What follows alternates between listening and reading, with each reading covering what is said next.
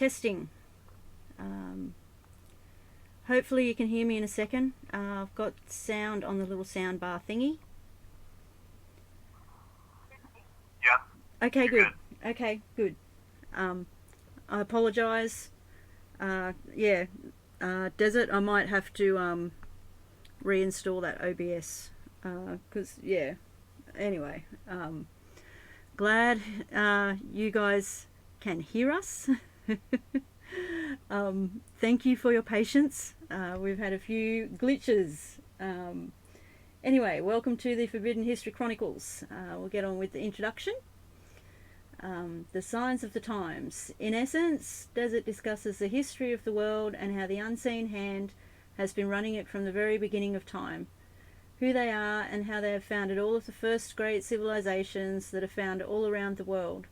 About who the giants really were, and the ancient Aryan caste and slave systems, the priesthoods, the anti-gravity V-manners, the earth-based misnomered UFOs, which are man-made, the control of all forms of communications, commerce, religion, mass media, pseudo-politics, etc. It is the grand deception that is used to control all of mankind, and all instituted through the three main religions of the world in particular, used as their grand cover. Their cyber code has been revealed to him because he has become adept within the study of the ancient alphabets, communications, symbolism, religion, custom, law, cosmology and mythology, not to mention the fallacy of today's political science and pseudoscience in particular. He can also define the true nature of their warfare, their shell game of bringing one civilization up for their temporary use and then taking it down for the next 500-year generational cycle, as symbolized by the classical phoenix. Desert discusses the ultimate in mind control and ancient art and the financial control, the secret societies and their blood occult rituals, and how they wage all wars throughout all time, through the nations that they have created, which are all imaginations, plantations, and mere corporations. They have taken blood oaths to surrender their self-will and mind to their blind goddess, who has demanded our blood from the very beginning of time. They communicate to their minions through the movies, TV, and print media, while he can see, read, and interpret most all of it. It all says that they are using us for our ingenuity, for our collective ingenuity, Aussie, I'm not good with words, for our collective constructive labour, for experimentation, and in the end they intend to kill us all. They have given us full notice of what they are doing and what they fully intend to do, while all of the general population, the sheeple, they merely go there to be entertained. The New World Order is the Old World Order from the beginning of time. There is a major cosmic natural disaster that is about to happen on Earth, and they know it, but they are cleverly leaving us in the dark, hence the reason that they have built hundreds of underground bases all around the world, while they are leaving all of the people to remain unprepared, uninformed, and above ground, so that when it comes, the mere 5% who will survive above ground will die from the weaknesses and disease that has been generated from all of the poisons that they have been feeding us, from the chemtrails to fluoride in the water, to tainted vaccines, to fake food, etc., etc.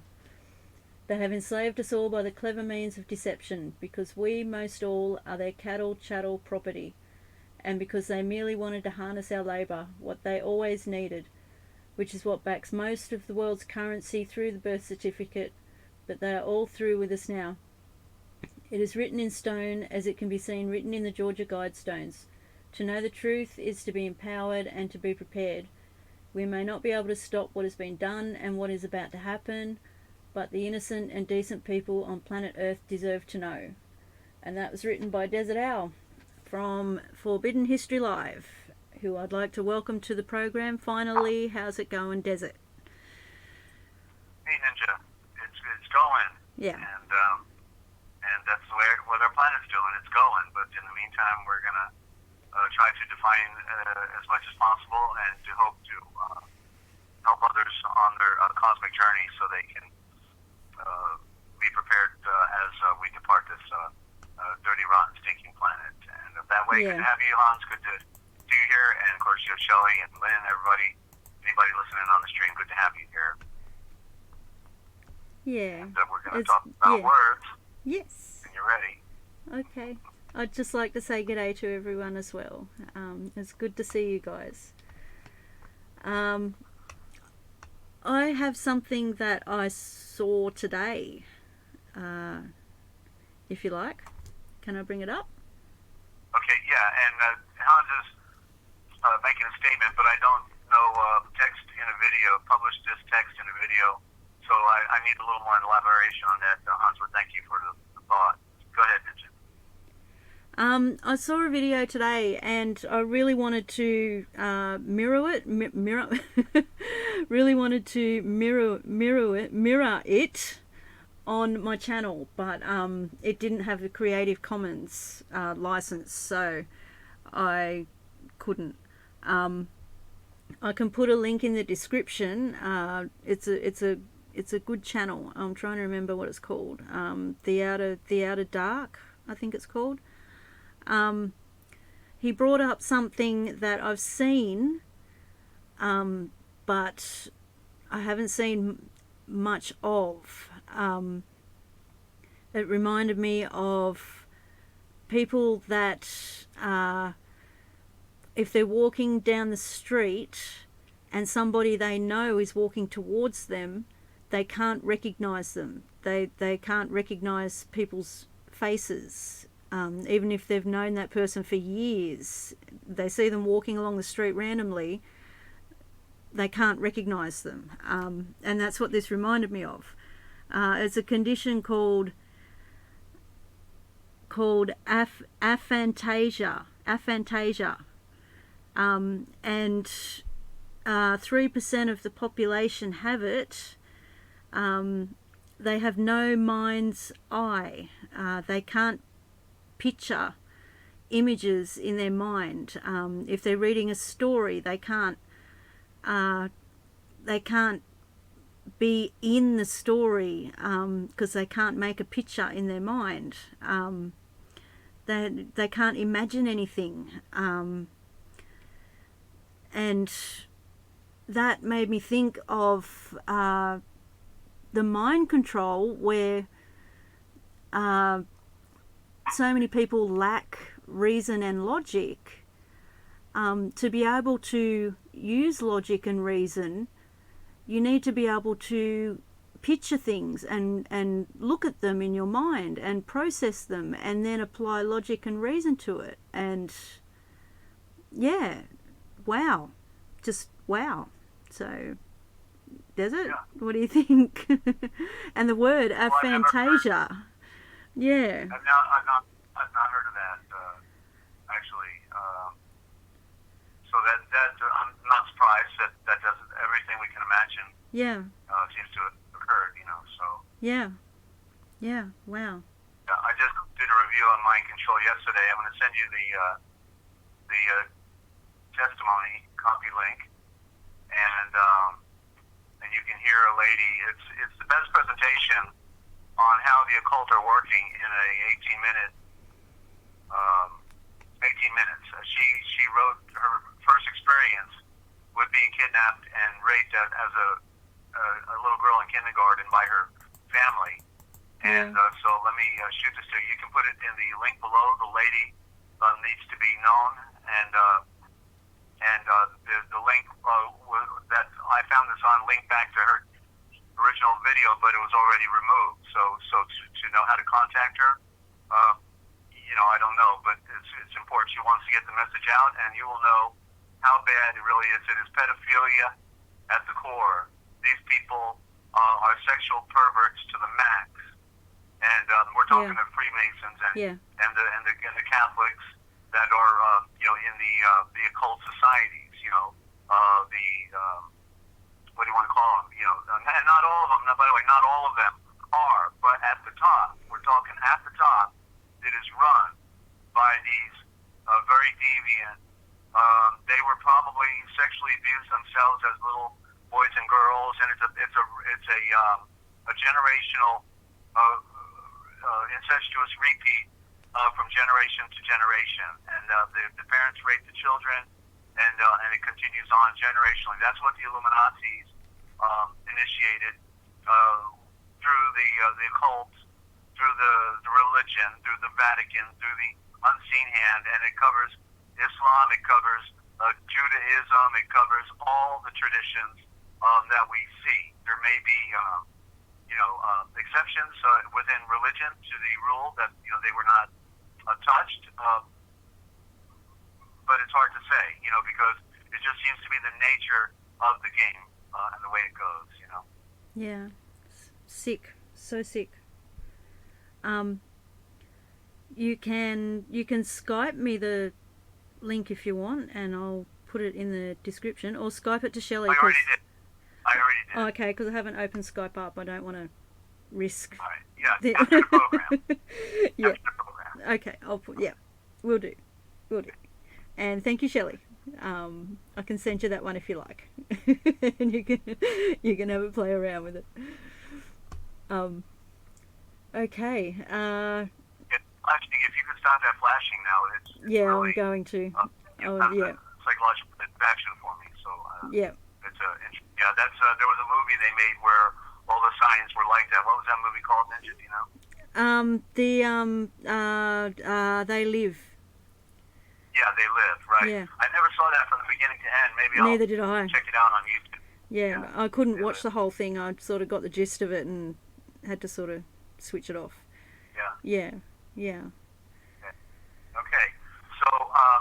So when we got started, am I on, or did you want to go somewhere else? Were you? No, I just wanted to bring that up with the lack of imagination thing. Yeah. I thought it was very interesting. Yeah. And good color arrangement on the Morpheus quote. Morpheus was the god of dreams. Okay, so that's who he is. And but I guess then that's what everyone is doing. They're living in a dream. Yeah. And you need to come back to reality. And the truth is stranger than fiction, as they say. So we were talking about. You mentioned you're having a blizzard down there or something like that. Yes. And when I heard the word blizzard, immediately my mind goes, and it reconfigured the word. I saw immediately the word blizzard. I saw the word czar in there, and then when, as you know, I talk about the D letter as a corruption, they put T's and S's at the end of words to corrupt them. That's how they do it. That's part of the trick. So you remove the D, and you got blizzard, and then so there's the czar. There's the word for star, and then so it's the blue star. The blue czar is the blue star, meaning you get, as they say, when you get cold, you get blue, right? Yes. And so the blue czar. And then Neptune is all water, and it's a blue star. So no doubt that's probably the original thought in that word blizzard. It's the blue czar, the blue star. Wow. Yeah. Yeah, we got another Meaning blizzard on it. Not red star.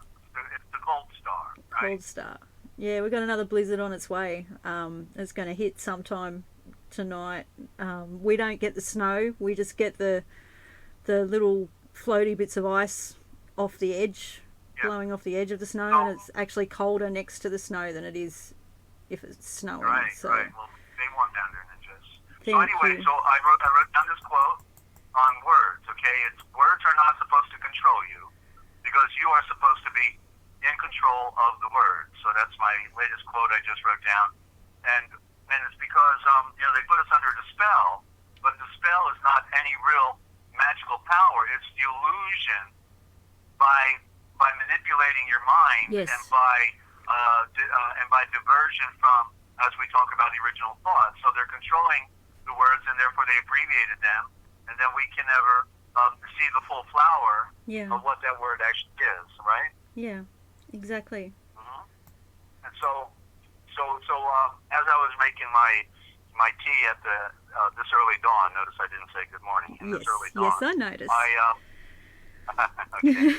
So we got to be phonetically correct here. We got to work at it. We got to say it's a work, it's a walk, and it's a whack on the side of the head. Yes. And so when I was making my tea, I was remembering when we were joking around on the other program, and I was talking about in our hippie days we called each other heads. Oh, yeah, there's another head. Look, okay, there's a head. Yeah, and then I started thinking about, well, what do you call them if they're not a head? Then I guess they're just a neck. And then when I said neck, I thought, well, okay, let's go back. So and somehow I started thinking about, necking. When I said neck, I started thinking about when a guy and a girl get together, they call it necking. And I'm thinking, that's an interesting terminology. And all of a sudden I saw it, Ninja. There it was right in front of me all my life, and I never got it till that moment. I was thinking about necking, because what is, in other words, I removed the head. What I did in my mind, I removed the head, because that was what we called each other when we were bros. Hey, bro, yeah. He's a real head, man. He gets stoned all the time, and he's really cool. And that's how we thought of each other, it's head. So all of a sudden I removed the head, and I saw the neck, and I said, okay. And then it dawned on me that when we were kids, we used to like to neck, right? We'd kiss each other on the neck. We're rolling around each other, and so all of a sudden I saw it. Wait a minute, the neck is like a. Come on, Ninja. Can you see the word? Can you see it? Neck. You're missing a letter. You're not necking. You're snecking. Oh. The neck is like a snake, isn't it? It's got no arms, no limbs. Wow. Wow. That's more like a snake, and it's snaking around. It's snaking. You're snaking each other, kissing each other on the neck, right? You're like these little snakes wrapping around each other, right? Yeah. You know what you made me just think of? Can I just jump in? Okay. Wow. I don't mean to offend anybody. This is just. I think we offend everybody on this program. Don't worry about it. This is just. I apologize. Not intended. Follow now, but go ahead anyway. Okay. I'm sorry. I remember when we were kids, I used to live on a caravan park, and we used to get excited and annoyed at the same time when holidays came round, because the caravan park would get full of tourists. The nickname we had for tourists were rubbernecks, because tourists are always stretching their necks to look at the sights. Yeah, rubbernecks. Yeah, we use that over here. Okay. Yeah. Okay. Yeah, rubber was the rubbernecking was like when there was an accident on the road, then they would say their rubberneckers are slowing down because they want to see the accident. Yeah. Rubbernecking. Yeah. Yeah. Interesting term. I forgot that one. Yeah. So anyway, so neck, as we know with naked, when we put the S back in front, we see snaked, and the D is a corruption, so it'd be more like TH. The original would be TH, and so it's snaked, meaning the snake of a higher creation, not the lower snake, but snaked, as it implies. The F, the ether, means a higher form of serpent. See, so it's even in the word snaked. I'm seeing that most clearly now, as I had missed that one element. Now I'm seeing it because we're talking about it again. And so your neck is your snake, because it turns and wobbles and can go like a snake, and therefore that's why they call, when people are kissing each other on the neck, it was really snaking.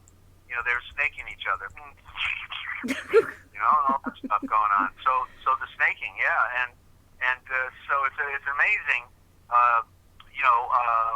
This is the original thought, and again they clouded these words, but we have to remember how they thought in a primitive society. They didn't think like we think. We were totally removed from any semblance of the way they spoke in the original thought and the word. Just like I decoded the coin. You want to pull up the coin under letter A real quick, because I can go there on that one real quick. What am I doing? Remember the coin had ABC on it? The ABC, coin? I just want to do a follow-up. The Roman coin. Okay. With Caesar on the right-hand side. Okay. Can you do that? Yeah, I just have to get to the desktop. I won't be a second. Well, while you're doing that, I'll keep talking then. Okay. And so one word, when we were talking about love the other day, then Kip pulled up the word agape from the Greek, and I realized, of course, that the word agape had no bearing on the word love, which we know we get from lava, and also backwards it's volume, and also in the anagram it's evolve. Love is volumes of evolution.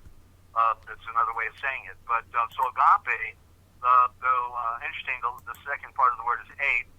But the ag, it means to move away. Yes. like navigate, agate, Oh, going through agate. And so literally, agape means, to move away from the virgin light. If we pronounce it not agape, the ape, but agape, the fae for the virgin woman, probably is what it is, because the P is a PH, and the E is an A, and probably then an AY. So agape is agape. Agape means to move away from the light. So what they gave us in the Greek for the word love, remember I said in the word tabiblos from the Greek, we call our book the Bible, which is another code and not the correct term. So we call it Bible. In the Greek, they call it tabiblos. So there's two words. How come we don't have two words? And what does ta mean? It's the reverse of the alphabet. The AT becomes the TA, and tabiblos literally means reverse book. And so there you go. Wow. We now find out that agape is the opposite of what love really is. It means to move away from the virgin light. You see? To become a fish. No, agape. You know what I'm saying? Just a little fish. Stupid little fish. Wow. Little pond. Yeah. So it's they don't talk about this stuff like this anywhere, Ninja. You know that. And I know that. We're literally tearing every word apart. Yeah. And once you learn to read, like as you've been experiencing it now, Yep. it just opens up to you.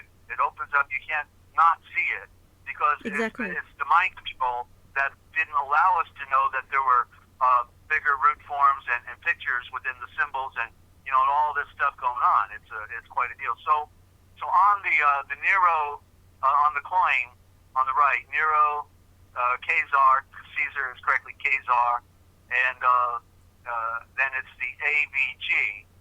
And so AVG then, so what it literally means is Nero, the star, Caesar means the fiery star, the star of gold. So, but we could say Nero Caesar literally the star of gold. Nero Caesar, the star of gold. So the coin is the star, right? That's like the sun. It's a gold piece, it's shining, and so therefore it's a star of gold. You see? And so Nero Caesar, star of gold. That's what the AVG symbolizes. So the first three original letters of the alphabet, not ABC, but AVG, are all symbols of light. Wow. The A is the symbol of the light projection from infinity, and the V is the virgin light coming down, and the AV together create the Star of David, the 6 points of creation. All things were made in 6 periods, great period, not 6 days, 6 great periods.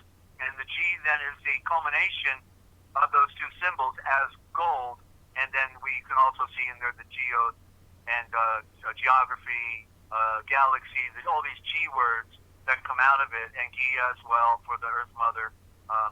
But this Father Spirit is here as well. It's male, female. Everything is actually male, female by nature, but one is visible, the other one is invisible, and we see different aspects in different ways. So just want to point out the code was broken on the last presentation we did on your channel, AVG. It means Star of Gold. This is interesting. There's a virus deprogramming a virus program out there to protect the computer, AVG as well. They know. The Zionists know, of course, and that's why they do it. Yeah. So, okay, that's that. And I don't think I have any other... if we want to go to B, we can scroll and do B now. We're talking about letters are there. So wait a minute. I think I was going to look at words, A words first. This is like a part 2 to the A. Okay, so where do you want to go? Yeah, well, you're going too fast. You've already passed. Okay, so... Go down again? I got to go full screen on this. Okay, hang on. All right, so, we were just going to look at see if there were any interesting words in the letter A, but go back. You didn't figure out how to do the electronic scroll yet, I guess, right? To go slow? I tried it, and I think it's... it could be because of the way the dictionary is formatted. I can't get it to go line by line, even when I set it up to go line by line. It jumps. It's not the format. I've had PDF where I can just where click. You can do it. You do okay, a well, it must spin wheel click, and then you just increase the speed by going down with your pointer, and it's speed that you can increase it, slow down, go backwards. And that's a feature that's been pretty standard. So anyway, just scroll. Let's just scroll slow and go through, and then we'll next program, which will be Friday. Yeah. Okay, so we're looking. There's the Star of David, the AV, the duality, the hidden crossbeam is the V coming down. They're basically two pyramids. One's inverted, one's the other way. Keep scrolling. Lection, diction, eagle. There's the eagle. Is the eagle. Okay, we're giving people a sample of the dictionary for a donation. They can get a copy of this. Any side donation, we give them a copy of the of this. This is out of the original thought, original gospel prototype I was doing. And you're going too slow, Ninja. We're going to be on here forever if you don't go a little quicker. This is. It's just hard because there's a lag, so I wait for you to catch up. Oh. That's all. Yeah. Yeah. Okay. Okay.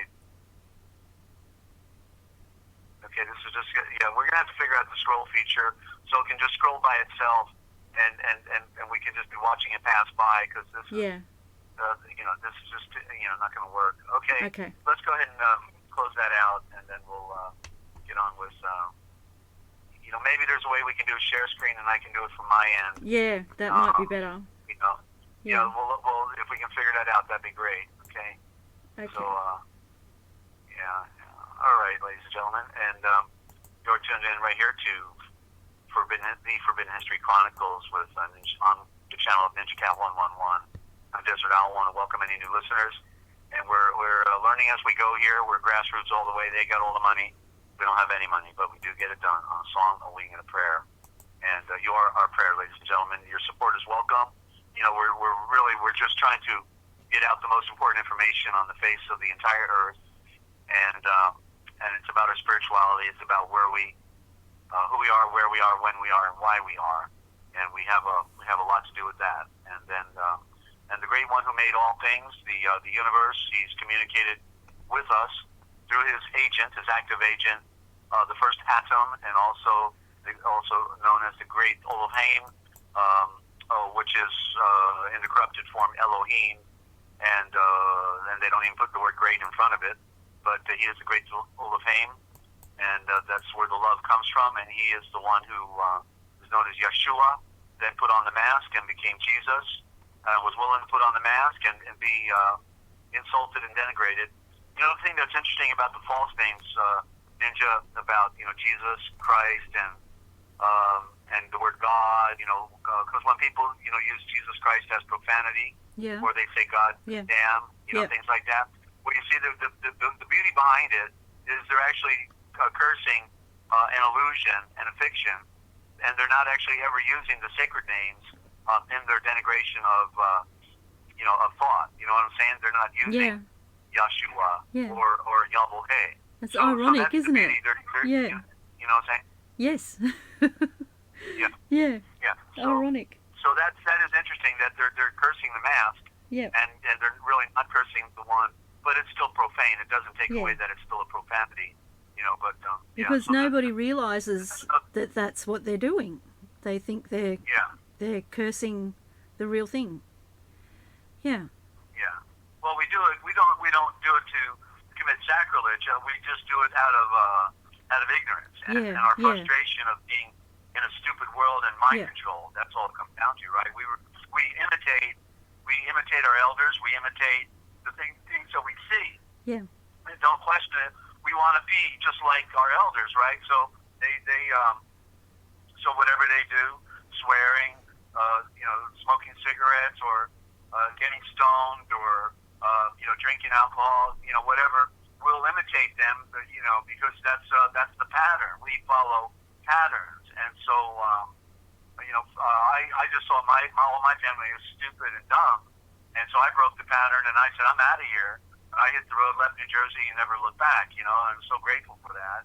Then I realized how bad it really was as I kept looking back and realizing the insanity that surrounded me in the family, which wasn't really a family. There was no family. That's the irony behind it, And so I've always envied people that had good relationships and and loving parents, because there are a lot of good loving parents out there, and whether they follow scripture is irrelevant. People still can be decent and loving without any enlightenment going on, and but we certainly hope that the enlightenment, comes to people to allow them to connect with the true Trevane love, the divine love, and to be able to transcend the world of hatred and death and darkness. So, speaking of darkness, I'm here in the Dictionary of All Scriptures and Myths, and I'm gonna the first definition here is deafness and dumbness, Wow. symbolic of the absence of perception of the truth and love from within, and inability to express the same. So there you go. Deafness and dumbness is symbolic. Remember, he healed a lot of deaf and dumb people. Yeah. And symbolic of the absence of perception of the truth and love from within, and inability, therefore, to express the same. There you go. And then it says, see, gift of tongues, also healing and sight. Next definition is dearth in the land. Dearth is like, starvation, right?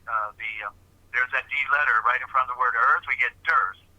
And so the D is carrying the ball for death.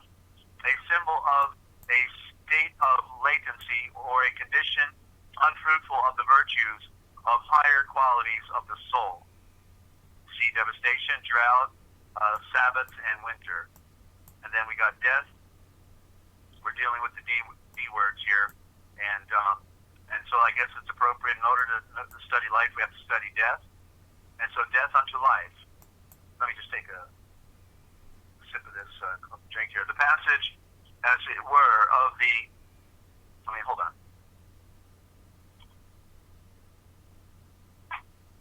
Okay, death unto life. The passage, as it were, of the human monad from the lower nature to the higher. The lower nature of the soul, centered by the personality, perishes, while the victorious ego rises to the higher mental plane and becomes one with its owner, the individuality in the casual budding. Blessed are the dead who die in the healer and sunrise. Rightly, indeed, does he call them blessed, the Baruch, endowed and enlightened and separated, with the mind's eye for seeing in the night, dead. So it's another death. When we're in the body of Yeshua, we're in the grave with him, and he's calling it a blessed death. Blessed being a corrupt word, though, of course. And immersed beyond their own nature in the gladdening unity of Yahweh. So the good news is, once we've surrendered, we took the plunge and went under the waters of purification, even when we didn't know anything completely, or we're still lacking in the fullness of the knowledge. We entered a covenant relationship, which then interacts with our walk and helps us in our struggle, even when we are failing.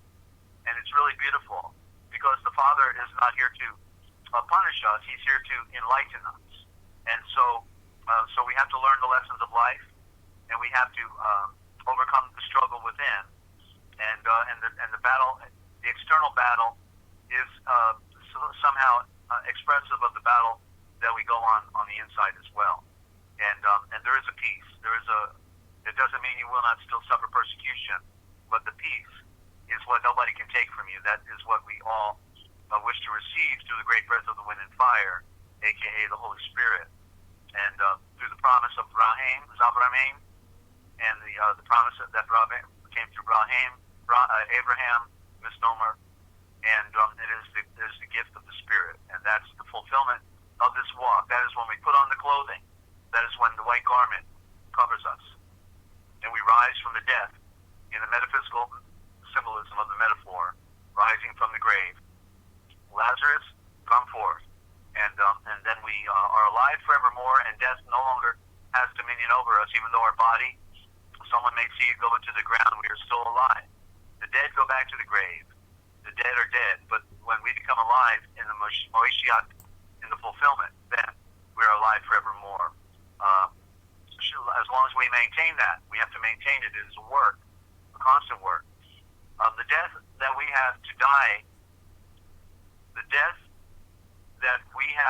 has little to do with the physical dissolution It is the letting go and the laying down, one by one, of all the desires that seek their gratification in separateness from our brothers. One by one, these shackles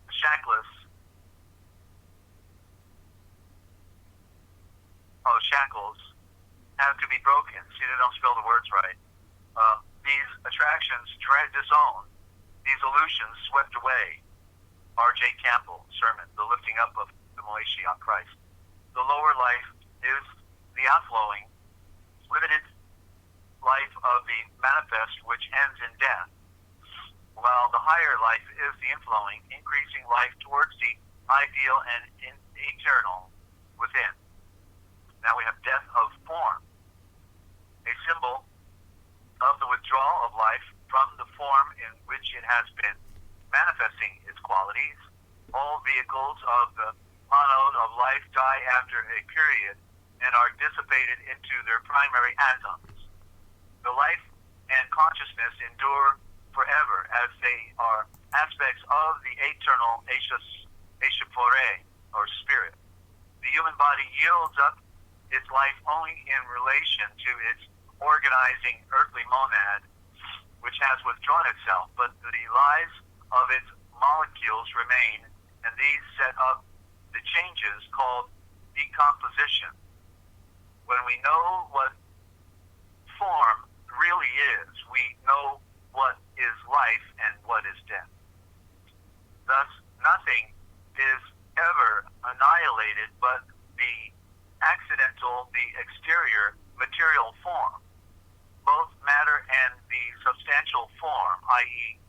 spirit, being eternal. There is in ever-living organisms a law of death. We are wont to imagine that nature is full of life. In reality, it is full of death. Now, you may remember when we bring somebody into the world, we think that we brought them into life, right? Yeah. And what did I say? I said, actually, no, we didn't give them life. We gave them death. And because everything that has a beginning has an ending, and therefore they have to discover their true nature and the true reality, and that is why we have to become the second born, because the first state is death. And there they said it right here, right? Yes. I remember the first time I heard you say that last year on the Forbidden History series. Yeah. It's a profound truth, you know? Yeah. That's what it's all about. It's waking up to the fact that this is not where it's at. Yeah. This is the illusion. This is the deception. This is the trap. This is the trick. This is where we were. We woke up in a lower world of hatred and warfare and abuse and deception and dishonor and it's all bad. Only there are pockets of good, pockets of decency, but the occult always polish themselves off to make themselves look like they're the purveyors of truth, the purveyors of goodness, the purveyors of society, right? But behind the scenes, we find out that they're the psychopathic child molesters, you know? Yep. The pedophiles. Yep. They're the ones who are running our world, and they do a good job of putting on the front. But ultimately, the cat's it's so far out of the bag now. They know it's game over, and there's so many of them that they can't hide it anymore. And that's why we see them falling out of the bucket everywhere we look. And we got nothing but traumatized people, traumatized society, and virtually nobody can be trusted because you don't know which one of them might be a Freemason. You know, when you go to a hospital, or you go to the jail, or you go to the preacher, you don't know where, who's for real, because they're all everywhere. You know, in the disguise of a happy smile and a wonderful starch white shirt. You know. Yeah, that's why I don't want to go any. Sorry to cut you off. That's why I don't. That's okay. Yeah, that's why I don't want to go anywhere about my I don't want to see anyone about my toe. I want to get it better myself. Like I've always refused going to doctors unless unless you're dead or dying. Yeah, I've never just willingly wanted to go to a doctor, and I think that was instinct telling me there, like before I knew the truth. And now, no, I don't. It's just a toe. I can fix it. It's all good. I'm not going to a doctor. Well, Yeah. I do half of the definitions. We got several of them on death. I think we should cover them because it's food for thought. And if we're going to talk about life, we also have to talk about death. So we'll. I'm going to find a stopping point here. I think I found it, and then we're going to go further. Boy, oh boy, look at this. Okay, so back on this death of the form.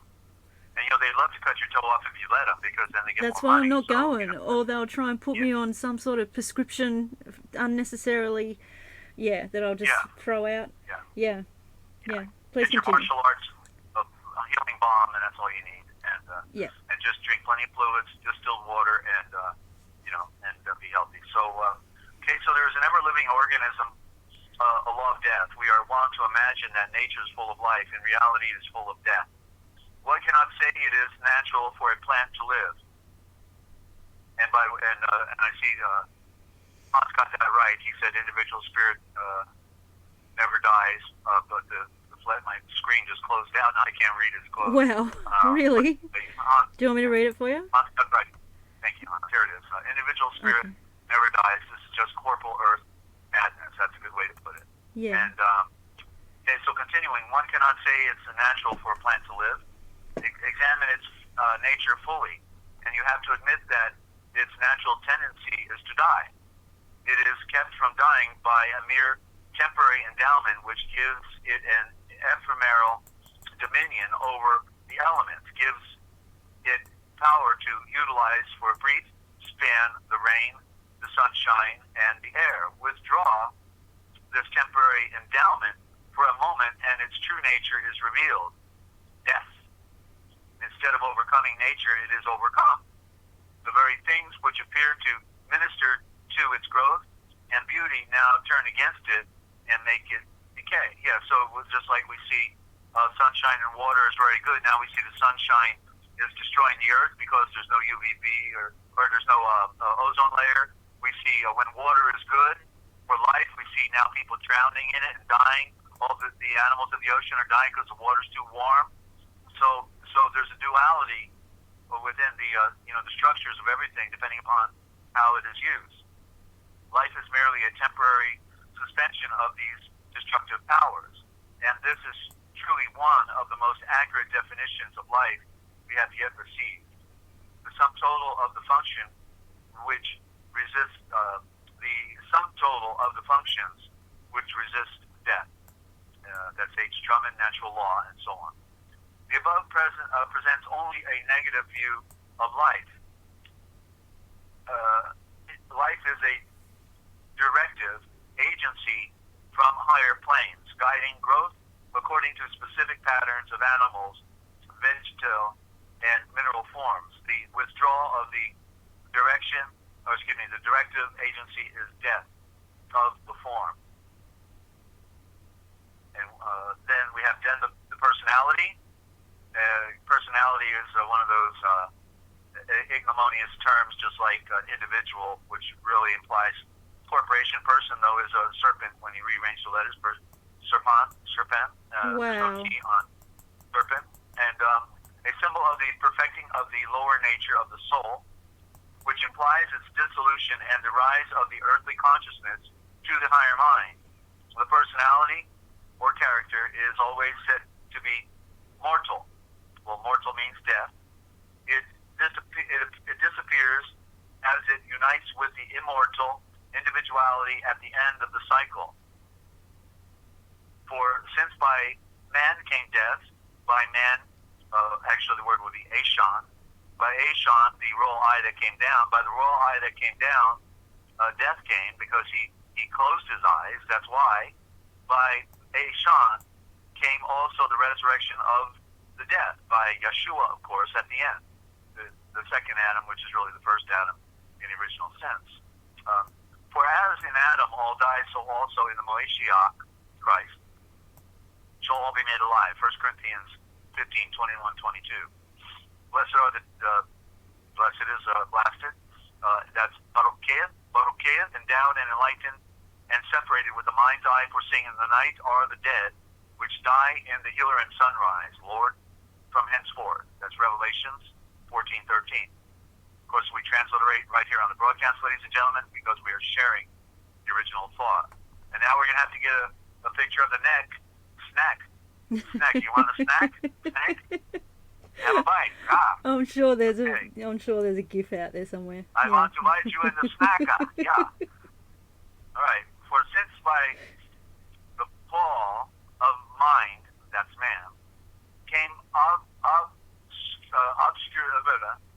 obscuration of the spirit, by the rise of mind comes also the return of spiritual life. Whereas in the lower mind or personality, Adam, there is no spiritual life. So in the higher mind, ruled by the Eshapare, shall be individualities, have immortality. Barucheah, endowed and enlightened, and with the mind's eye foreseeing in the night, being separated are the egos whose personalities are perfected and disappear in their individualities and henceforth. The personality is represented in the whole series of changing incarnations of one ego. When the personality is perfected and dissolves, the casual body is also perfected and becomes the seat of the ego in the manifest order. Now, death of a state or condition, a symbol of the withdrawal of life from a stage of growth or development of the soul. This occurs when the stage has effected the purpose for which it existed. Each soul state is a specific limitation of the life within, and as the life evolves, the state begins to cramp, so that old states have to pass away and new states take their place after many degrees of overlapping. A truth or principle is that all life tends to encrust itself, to imprison itself within itself, and that its crust needs to be constantly broken and returned into the general mass out of which it was formed, in order that the best influence may be received. Ever there must be a return to primitive simplicity, to a condition of the first principles, in which the power to receive may be freshened and renewed. Philip Brooks, Mystery of Iniquity.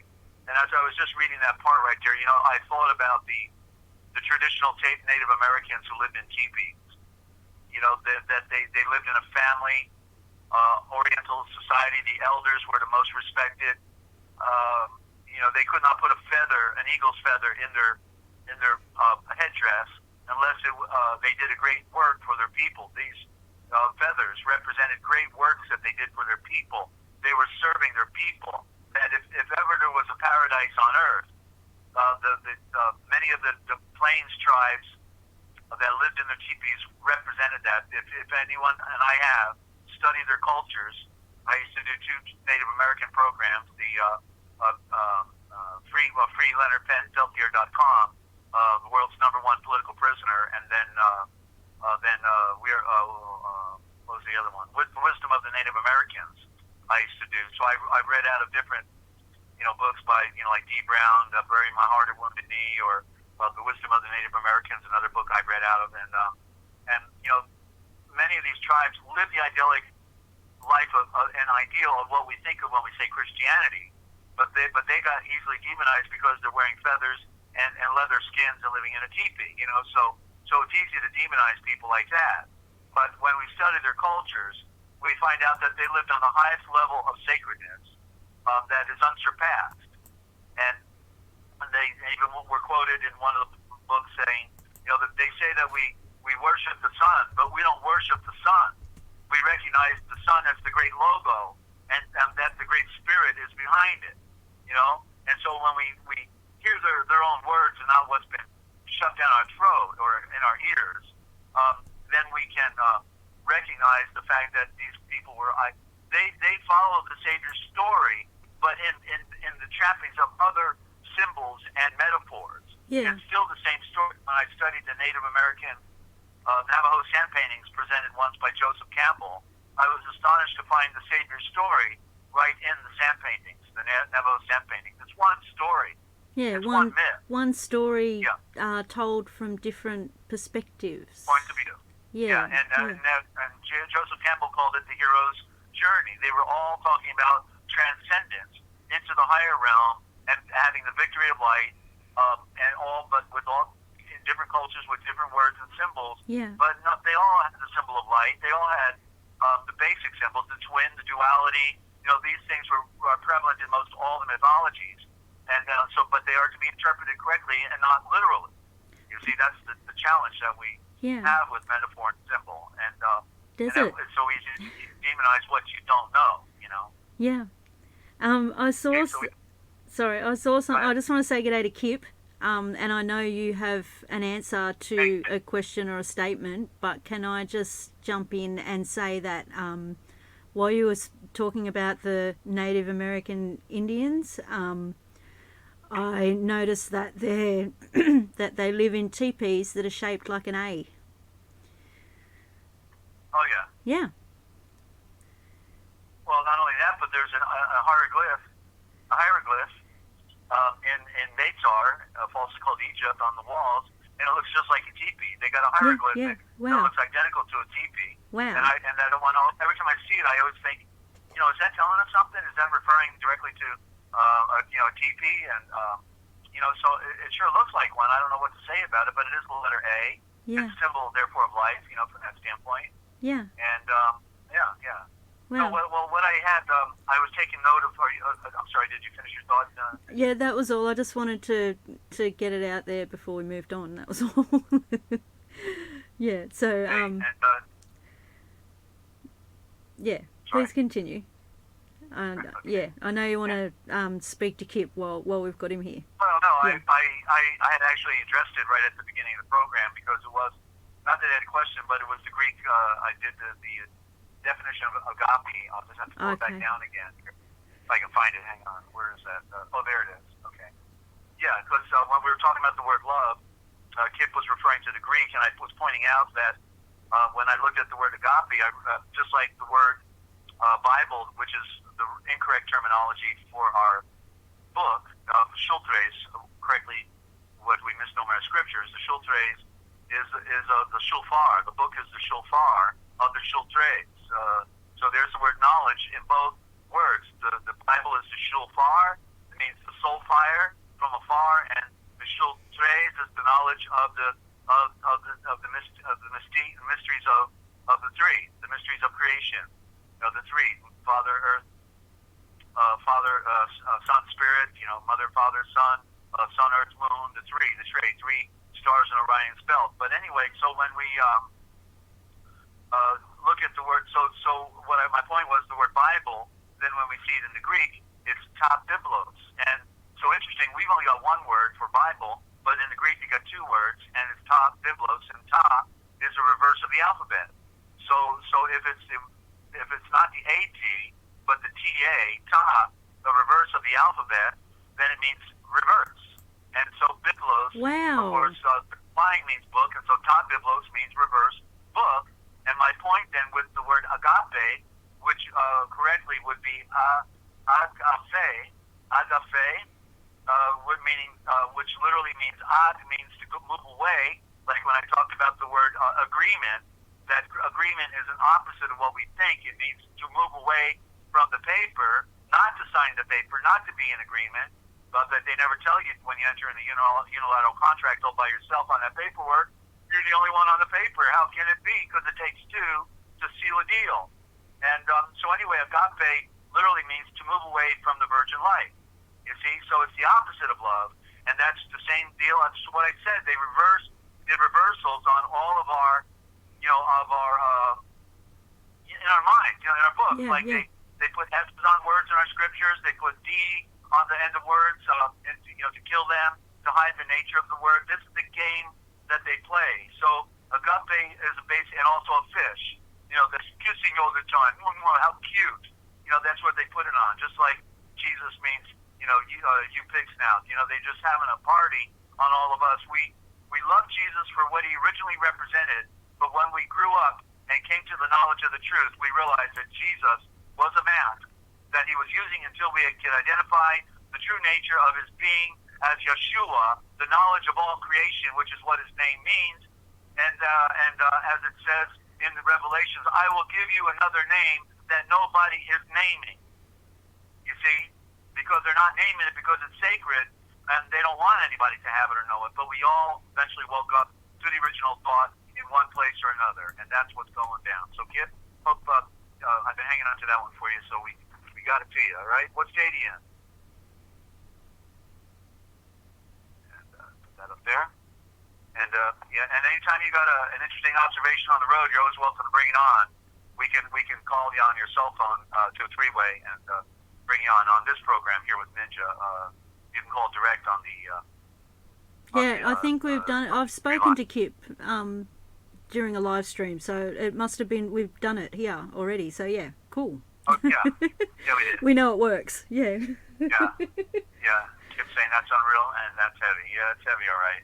The heavy weight to destroy all of the foundation of what many people are standing upon. You know, it's been a big burden on my life here in Arkansas. Okay, you watch the floods out there, and you know, and I don't like to be a destroyer. I'm a builder by trade. You know, I was a home builder, could build a home single-handedly with my eyes closed from top to bottom, and ended up as construction superintendent at one point, and had a cabinet shop. So you know, I'm a builder.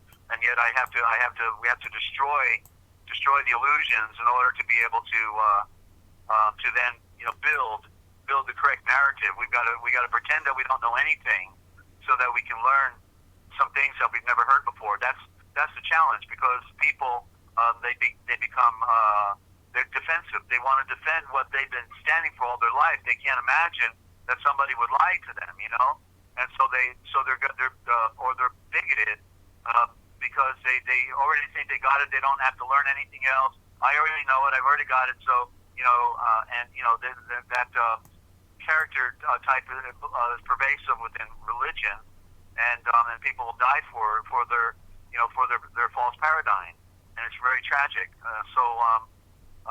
You know, prejudice is prejudgment, so we can't prejudge anything. We have to be willing to hear things we've not heard before. That's why I studied all ancient cultures. That's why I studied world religions. That's why I read half the Quran, half the Book of Mormon. Not that I wanted to ever be a Muslim or a Mormon, you know, but if I was going to talk about these things, I needed to know. So I left no stone unturned and no turn unstoned. I even read a book called Oasaphe. Oasaphe is another culture, and I read the introductions. And when I read into these books, I saw patterns. You see, I saw patterns because many of these religions, the three I just mentioned, okay, Islam, Mormonism, and Oasaphe, all man-made traditions. Man-made, okay? Sorry about that if that offends somebody else again today. But, you know, if you open your eyes and do your own homework, you will see and read it for yourself. Yep. I have nothing to prove.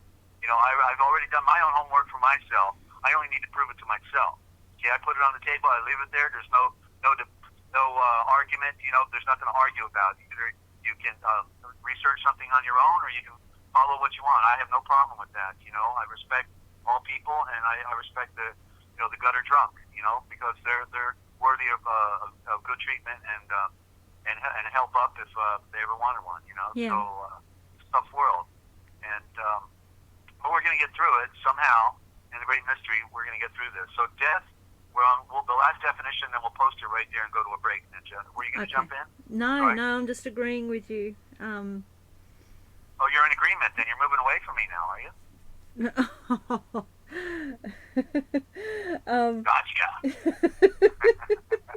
didn't know what to say, did you? Everything I say is backwards and upside down, I'm not in agreement with you. And sideways. Desert. Everything I say. Oh. It's all topsy-turvy and skewiff. Okay, please continue. Yeah. Okay, yeah. So Kip was saying, Desert, my main point was that there's only one word for love in English. Yeah, English, right? And well, love, it does go back. That's the beauty of the word love, is it actually goes back to the beginning, and it is the lava that we were made from. As they said, Adam is red earth, but it's really Adam is made not from red dirt, but from the fiery magma of the mother Elohim. Comes out from the fiery breath, the purified minerals and salts. Makes sense that we were made from purified minerals and salts of the earth, and all the other metals that are in there, and so the gold, the platinum, the whatever, copper, all in there, and so the love, and the word love backwards is volumes, and so the volumes of this love are endless in the anagram, and then we also get the word evolve out of love when you add one letter E to it, So this is the great mystery, but that proves out that the word love is correct, and but we have to look at all the other terms, because we don't know what they mean until we put them on the table and analyze them a little bit. So but it was food for thought, Kip, and thank you for that. Okay, so one more definition, then we're going to go to a break, and when we come back, we're going to do the forbidden history of America. Okay, and so Kip, are you just curious? Are you able to drive and listen at the same time to a live broadcast, or do you have to be parked somewhere to listen to a live broadcast? I used to be a commercial tourist myself and go over the road, but we didn't have this YouTube at the time, back in 1996, 7, and 8 when I was over the road. So, okay, so we'll cover this. All right, here, death of the spirit, soul, or higher self. A symbol of the descent of spirit into matter, or involution of spirit into matter, of the obscuration of spirit into the lower consciousness, the apparent withdrawal of the self through the fall of the lower mind to the plane of desire and sense, of an apparent passage of the soul from the lower to a higher state of consciousness, implying death out of one state and birth into another.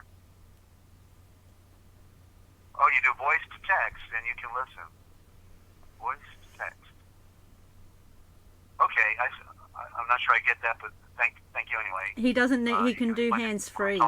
Yeah, he can do hands free, so he can speak, and it goes into the chat. Yeah, he's got to keep his hands on the steering wheel. That's right. All right, so it is. He's got 18 wheels and 80,000 pounds behind him. It is Christ Jesus, or the Mashiach, Yeshua, that died. Yeah, rather, that was raised from the dead, who is at the right hand of Yahweh, who also makes intercession for us, Romans 8:34. It is the higher self as archetypal man, Eshan, that died in the involution of the shul, the soul. Yeah, rather, that was in us, raised from the dead in the evolution of our souls, who now is seated in our hearts to actively assist. I just couldn't think straight for a moment when I thought about Kip texting on the phone and driving. I'm still confused about all that. Technology. I used to watch television while I was going down the road with hazardous materials. Truckers can basically do anything and make lunch while they're going down the road, I got to tell you. Okay, so who is now seated in our hearts to actively assist us in all our well-doing and to bring our souls into perfection. I had my one foot on the dashboard, watched in the 5 o'clock news, driving 80,000 pounds of hazardous material down the road. We lived in a truck. We never went home, so that's all we could do. We were slaves to the road. Let me try this again. It is the higher self as archetypal man that died in the involution of the soul. Yeah, rather, that was in us, raised from the dead in the evolution of our souls, who now is seated in our hearts to actively assist us in all well-doing and to bring our souls to perfection. There's that dirty word again. Perfection. The dead, see, if we were in corruption in the world, ladies and gentlemen, then we must be in incorruption in the light of Yeshua. And so we went from imperfection to perfection. It's so logical and so simple. And then when we look up the terminologies throughout the scriptures, we see the perfection. We can look at nature and see the perfection. Look at the stars and see the perfection. What he can do and he says, greater works you would do. So in the metaphor, it means anything. Whatever we read about Yeshua doing in our walk, especially in this time at the end of our world, which is obviously here, things that we could not imagine if we surrender to the great light can happen within our walk. So see the infinite, ladies and gentlemen, because it is so. That nature bends for his will, not for our will, okay? So the death of the divine being is said to occur in the manifestation of a universe, for spirit is unapparent in the realm of phenomena. That is talking about natural phenomena on earth. We don't necessarily see the spirit until we wake up, okay? So the great Elohim is, Yahweh, who is the great Elohim, is always within and never without, okay? Well, that's true in the ultimate aspect, is that we need to have him within, but yet he is in all things. So it's true in one aspect, but yet he is in all things. So it's not literally correct in that aspect. So we'll leave it right there, and when we come back tomorrow, we'll be on the death of Balder, and Balder, I have a note here, apparently is Cain. So this will be interesting. This must come from, it may come from Norse mythology, a symbol. I'll just open up into it. A symbol of the descent of the self or soul to incarnate or on the lower plane. So it's by going up. So we'll do the cliffhanger. We'll save that for Friday, Ninja. Okay. Freya's Day. Yeah. Okay. What did you call Friday? Freya's Day. Freya. Okay. Freya is Freya. Freya is in another tradition. I don't know which one, if it's Babylon or Greece. Yeah. They get confused. There's so much of that. All of the duplicate in all the different cultures. That's the thing. It's the one theme, but yet there's 1,000 themes. You see, it's that anomaly again. And one imaginary sky god, we'll call them, with many different names from many different civilizations. Well, again, it's what it really is the Yeshua wearing the mask. Just like he wears the mask of Jesus, he wore the mask of Osiris. He wore the mask of Apollo. He wears the mask. So in that culture, in that history, they thought they were following a pure tradition. So Yeshua is there to save. He's a savior. Okay, so as he said, before he came, that people without, or as Paul said it well, that people without a law are judged without a law, and that people that bind themselves to a law are judged by the law. So transcendence has always occurred. But what happened was, because the destruction of our world and the control of our mind and the control of religion, that ultimately the pure tradition came through the vein, through Zavram Haim, through the sovereign, and came down in the navel of the earth, center of the earth, called Yerul Shalom, to bring us the true narrative of his essence, his nature, and his blueprint for transcendence, to simply purify yourself, go through the stargate of water and come up into my Buddha and into my light. And from there you will begin to see all things. And at that point then you can finally transcend back into the fire, through the fire, and back to the origin, the primordial origin from where you came before he said, let there be. And so Yeshua was showing us the simple and pure way to soul novation, that is salvation, through this pure line, because all of the priesthoods were corrupting the original story, because the Watchers, the fallen ones, the Vekoresh, they knew about the Savior that would come. We see it clearly stated in Enoch in particular. And so what they did is they created false narratives, but dressed him in the clothing of the original story that Yeshua represents.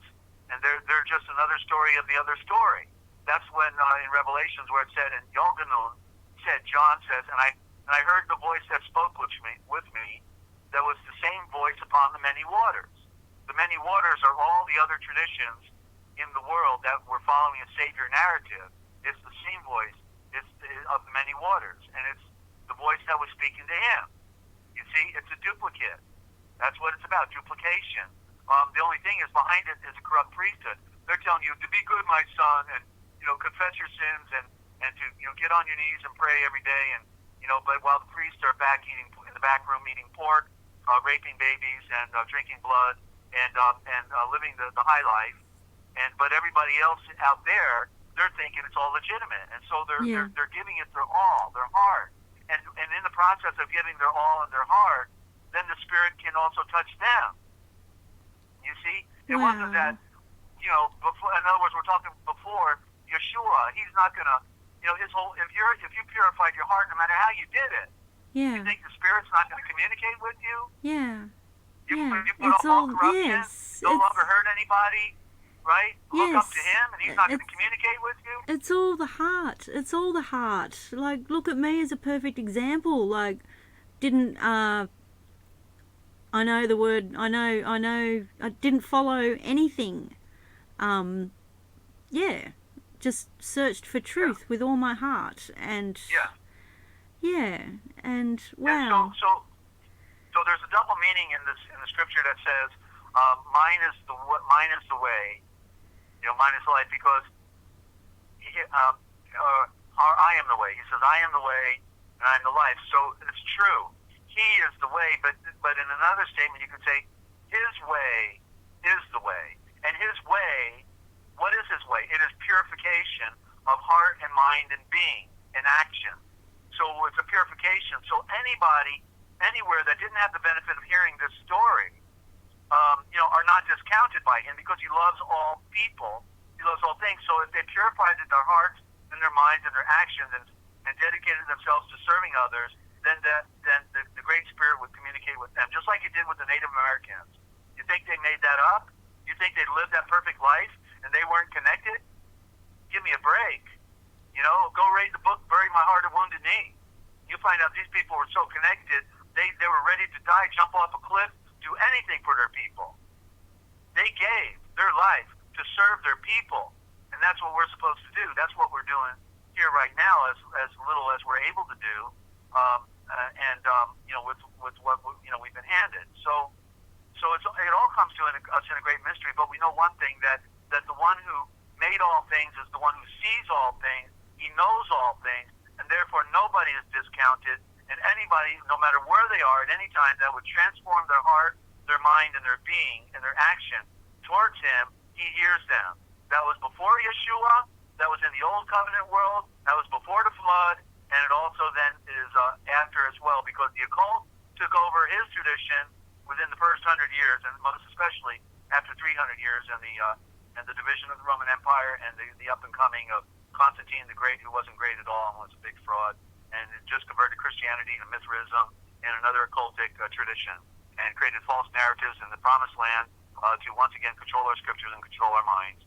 Stole all the libraries, stole the library from Caesarea, Syria, and took it to Constantinople. The greatest shell game racket show on earth, and all to enslave mankind, keep them under their thumb. That's all it comes down to, Ninja. Anything else? No, just wow, and that was beautiful what you were saying. Wow. Yeah. Well, we're having to make lemonade out of lemons, and it's not an easy thing to do, and most people will never figure it out. Yeah. And so that's why Yeshua got me to do this broadcast of a lifetime of study, of deep study. I had a very unique journey where He opened things up to me. He did it to me. I really don't take credit for it, because I was following the visions that He was giving me. I was following the trail. He made me a visionary from my mother's womb. I remember being conscious in my mother's womb, seeing pink light, remember sucking my thumb, remember what it felt like, and then one day, boom, I'm out behind bars in a crib, and looking at a butterfly and saying, I think I want the butterfly to go free, and little did I know I'd end up behind bars in another ordeal 20 years ago, the trial of my life, and so I've been in a very surreal life journey, a cosmic journey, and it's a process of learning and growing and learning to trust Him, and knowing how He, when He made all those miracles in the past to save people, He made all kinds of miracles in my life, saved my life over and over and over. A dozen near-death experiences by criminals, by occult societies, by 5 trees coming down on me once as a lumberjack, by getting shot and stabbed within 36 hours, stabbed 5 times and shot, all in an attempt to save my girlfriend from being ritually raped by her secret underground society, black budget at Archuleta Mountain and the underground UFO base there in Colorado when I was 17, 18. And I've got a lot of, I can't get over what has happened to me in this journey, but it's an awakening. In other words, he has to do something to somebody every now and then because the lies are so great. So nobody can figure it out. So he says, hey, I'm going to slap you upside your head. I'm going to give you a download, like Neo on the gurney, and he gets plugged in, and then the guy says, okay, let's do Kung Fu. And then all of a sudden he goes, in 1 second, he goes, vroom, and he's got that Kung Fu. He said, wow, Mikey, I think he likes it. Now what do you want? Oh, teach me Jiu-Jitsu. Okay, let's do Jiu-Jitsu. He's on there for 8 hours. He's got all this stuff going on inside of him, and so it didn't happen that quickly or that fast, but the feeling is the same, to see things that nobody else is seeing, to talk about things that nobody else is talking about, to have unraveled for you the great mystery of life, to define who really runs the world when they still think the Bilderbergs are trying to take over, or they think the Queen of England, or they think it's just the Jewish banking, and it's not even the Vatican. It's all of them, and it's none of them because they're in the lower pyramid, because behind them is the all-seeing eye of the false tradition of the ancient watchers, the Bakeresh. That's why the eye is in the upper pyramid on the dollar bill. There's 2 pyramids, and that means the people in the lower pyramid are not really in the pyramid. They're just the puppy dogs being used, chewed up, and spit out by their Bhagwan Gandhi Rashish out of northern India in the ancient Aryan Brahmin system, cat system. Okay, a cat system is still alive in India, and that's a slave system. And the Brahmins are at the top. That's sovereign, you see, and that's how it all evolved over the time. But there was another age, and we talk about it here on the Forbidden History Chronicles, and Sumers being swept under the rug under the narrative of Nibiru and Anunnaki, and that's all to cover the Aryan origin of the ancient Aryan Watchers that we talked about and just finished a series on Forbidden History Live. So go there and check out the 5-part series, ladies and gentlemen. And Ninja, let's take a break before I lose my voice, okay? Okay. And, do you want a long one or mine's going too? Do you want a long one or a short one? Long one, please. Okay, no worries. Give me a long break. Okay. Thank you. Not worried. All right. Get back. Okay, we'll be right back after the break, guys. Please hang around. Okay, just looking for it. All right, we'll be back.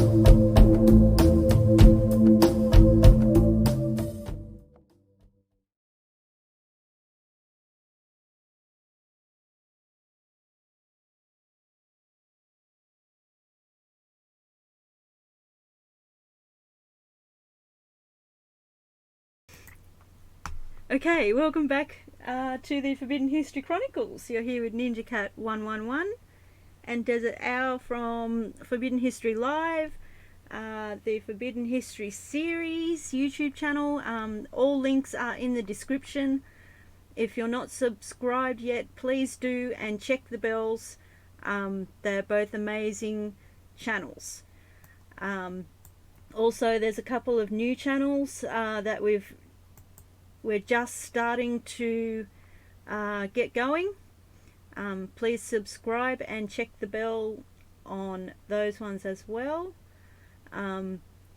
Also, if you'd like to get some PDFs from Desert, the necessary information is in all the descriptions on these live streams. It will help you get the picture to be able to see and read it for yourself. If you're new, if you're a new listener, the PDFs really help to comprehend what Desert is sharing with us. There is, sorry, I'm trying to find the I'm trying to find the graphic as I speak about it. Please forgive me. I have a very long list of graphics. Okay, I've found a couple. All right, we have the Book of Wisdom, which is amazing. Also, sorry, multitasking. A sample of the original Gospel. I'm doing this backwards because I couldn't find the dictionary to start with. A sample of the original Gospel with Desert's dictionary at the back of it. It's a more up-to-date version of the Real Da Vinci Code Etymological Dictionary. Here we go. Which is that one there on the screen. So you can also get a copy of that as well. We welcome any size donation. We're doing this without any funding. We do it because we love it. We do it because we have to. Yeah, nobody else is talking about this, and this message needs to be shared. So yeah, any size donation would be great. I will put some contact information in the description. You can also go to the PayPal link in the description on Forbidden History Live if you would like to donate. If you don't have any money to donate, that's okay, and you still want the PDFs, we can get them to you. Just contact me. My email is in the description. Or Shelley, Yo Engineer. Contact details are in the description on Forbidden History Live. So yeah. Also, we welcome live callers. It's a caller generated program. We're here to help. Desert loves answering questions. Desert loves having a chat. If you're hesitating and you want to call, it took me about a month to work up the courage, and then I wondered why I was hesitating for so long. Yeah, he can't get rid of me now on his live streams. Okay, so to call in on this program, you need to send Desert a text first so that he can call you, because we're very high tech. That's how we can do a group call. You can call him on 608 566 7295. That's 608 566 7295. If you're international, just put a +1 at the start. Okay, and I'd like to welcome back Dezert-Owl. How's it going? You still there? Don't forget they have to text me their number that they want to call, and that give me their first name or their YouTube name, and then I'll three-way them in because we're already on the phone. And so if I take their call, I drop you, and so I have to do an add a contact on the call here. So I need a text, that you want to join, and that's how we can do it. So we're happy to say hi if you just want to give us a heads up that you enjoy the program, or if you have a comment or a question, we certainly welcome that. I'm here to serve and therefore answer any question of anything that anybody's trying to figure out, even if it's the political or the whatever, forbidden history, cosmic, scriptures, words. I cover the universe in my life of study, and therefore I have a perspective on many things. Most things I don't know everything, but I've tried to get well-rounded. Yeshua is the one who is the revealer, and we make things complicated in our world. Yeah. But Yeshua, the one who made all things, is the one who reveals all things, and so I have been following him and have learned to see his light within all of nature, and also his light reveals the darkness, and so that's the key, is to connect with the one who made all things, and he's been the active agent in the universe from the beginning. He is Yeshua. He is the first atom, A-T-O-M, and then Adam, the first made on earth, becomes the antithesis or the antithesis of who he was, because Yeshua is perfect as the first atom, but the duplicate that came afterwards was made perfect in essence, but yet given free will. He did not have the ability to maintain his perfection, and he chose the beautiful woman, and which is symbolic in that very expression I just made there, is very symbolic of wanting the woman, is wanting the cosmic nature itself, the nature that has been made for us, this phony world that we want to embrace and say, oh, I love it. So in the symbolism of him wanting to have sex with his counterpart and embrace her and say, baby, this won't kill us. This will make us like the great Elohim, because we will become creators. But his falling for her is symbolic of us falling for the trap of the false illusion that the universe is, because there is something greater and something higher going back to the light. That is the atom, which is falsely called in the narrative the Eden, because it is the garden of atoms, and everything came out from the light and goes back to the light, and the nature of the supernatural within the light is beyond most people's comprehension of how the ancients saw things as they really are, even in our scriptures. That Abraham in Babylon was in the fiery furnace, if you read Jasher, for 3 days and 3 nights. The 3 men were in the fiery furnace in Babylon with Nebuchadnezzar for a better part of a day, however long it was, and didn't get burnt alive. And so this is telling us about the fire, that the fire does not burn those who are protected by the sovereignty of the one who made all things. That this illusion, is what has us. It's captured us, and we have to be set free from the illusions, and so that we can then transcend and go back home into the light, which is in the fire, because you will be tested by fire, and we're all, most of us, feeling that, I think, in one way or another. The few that are here, and so we have to endure the contradictions of others, and we have to endure the struggle, the inner struggle, by the outer experiences that we go through, and then finally, hopefully, put on the full light and rise from the depth, because it's about being second born.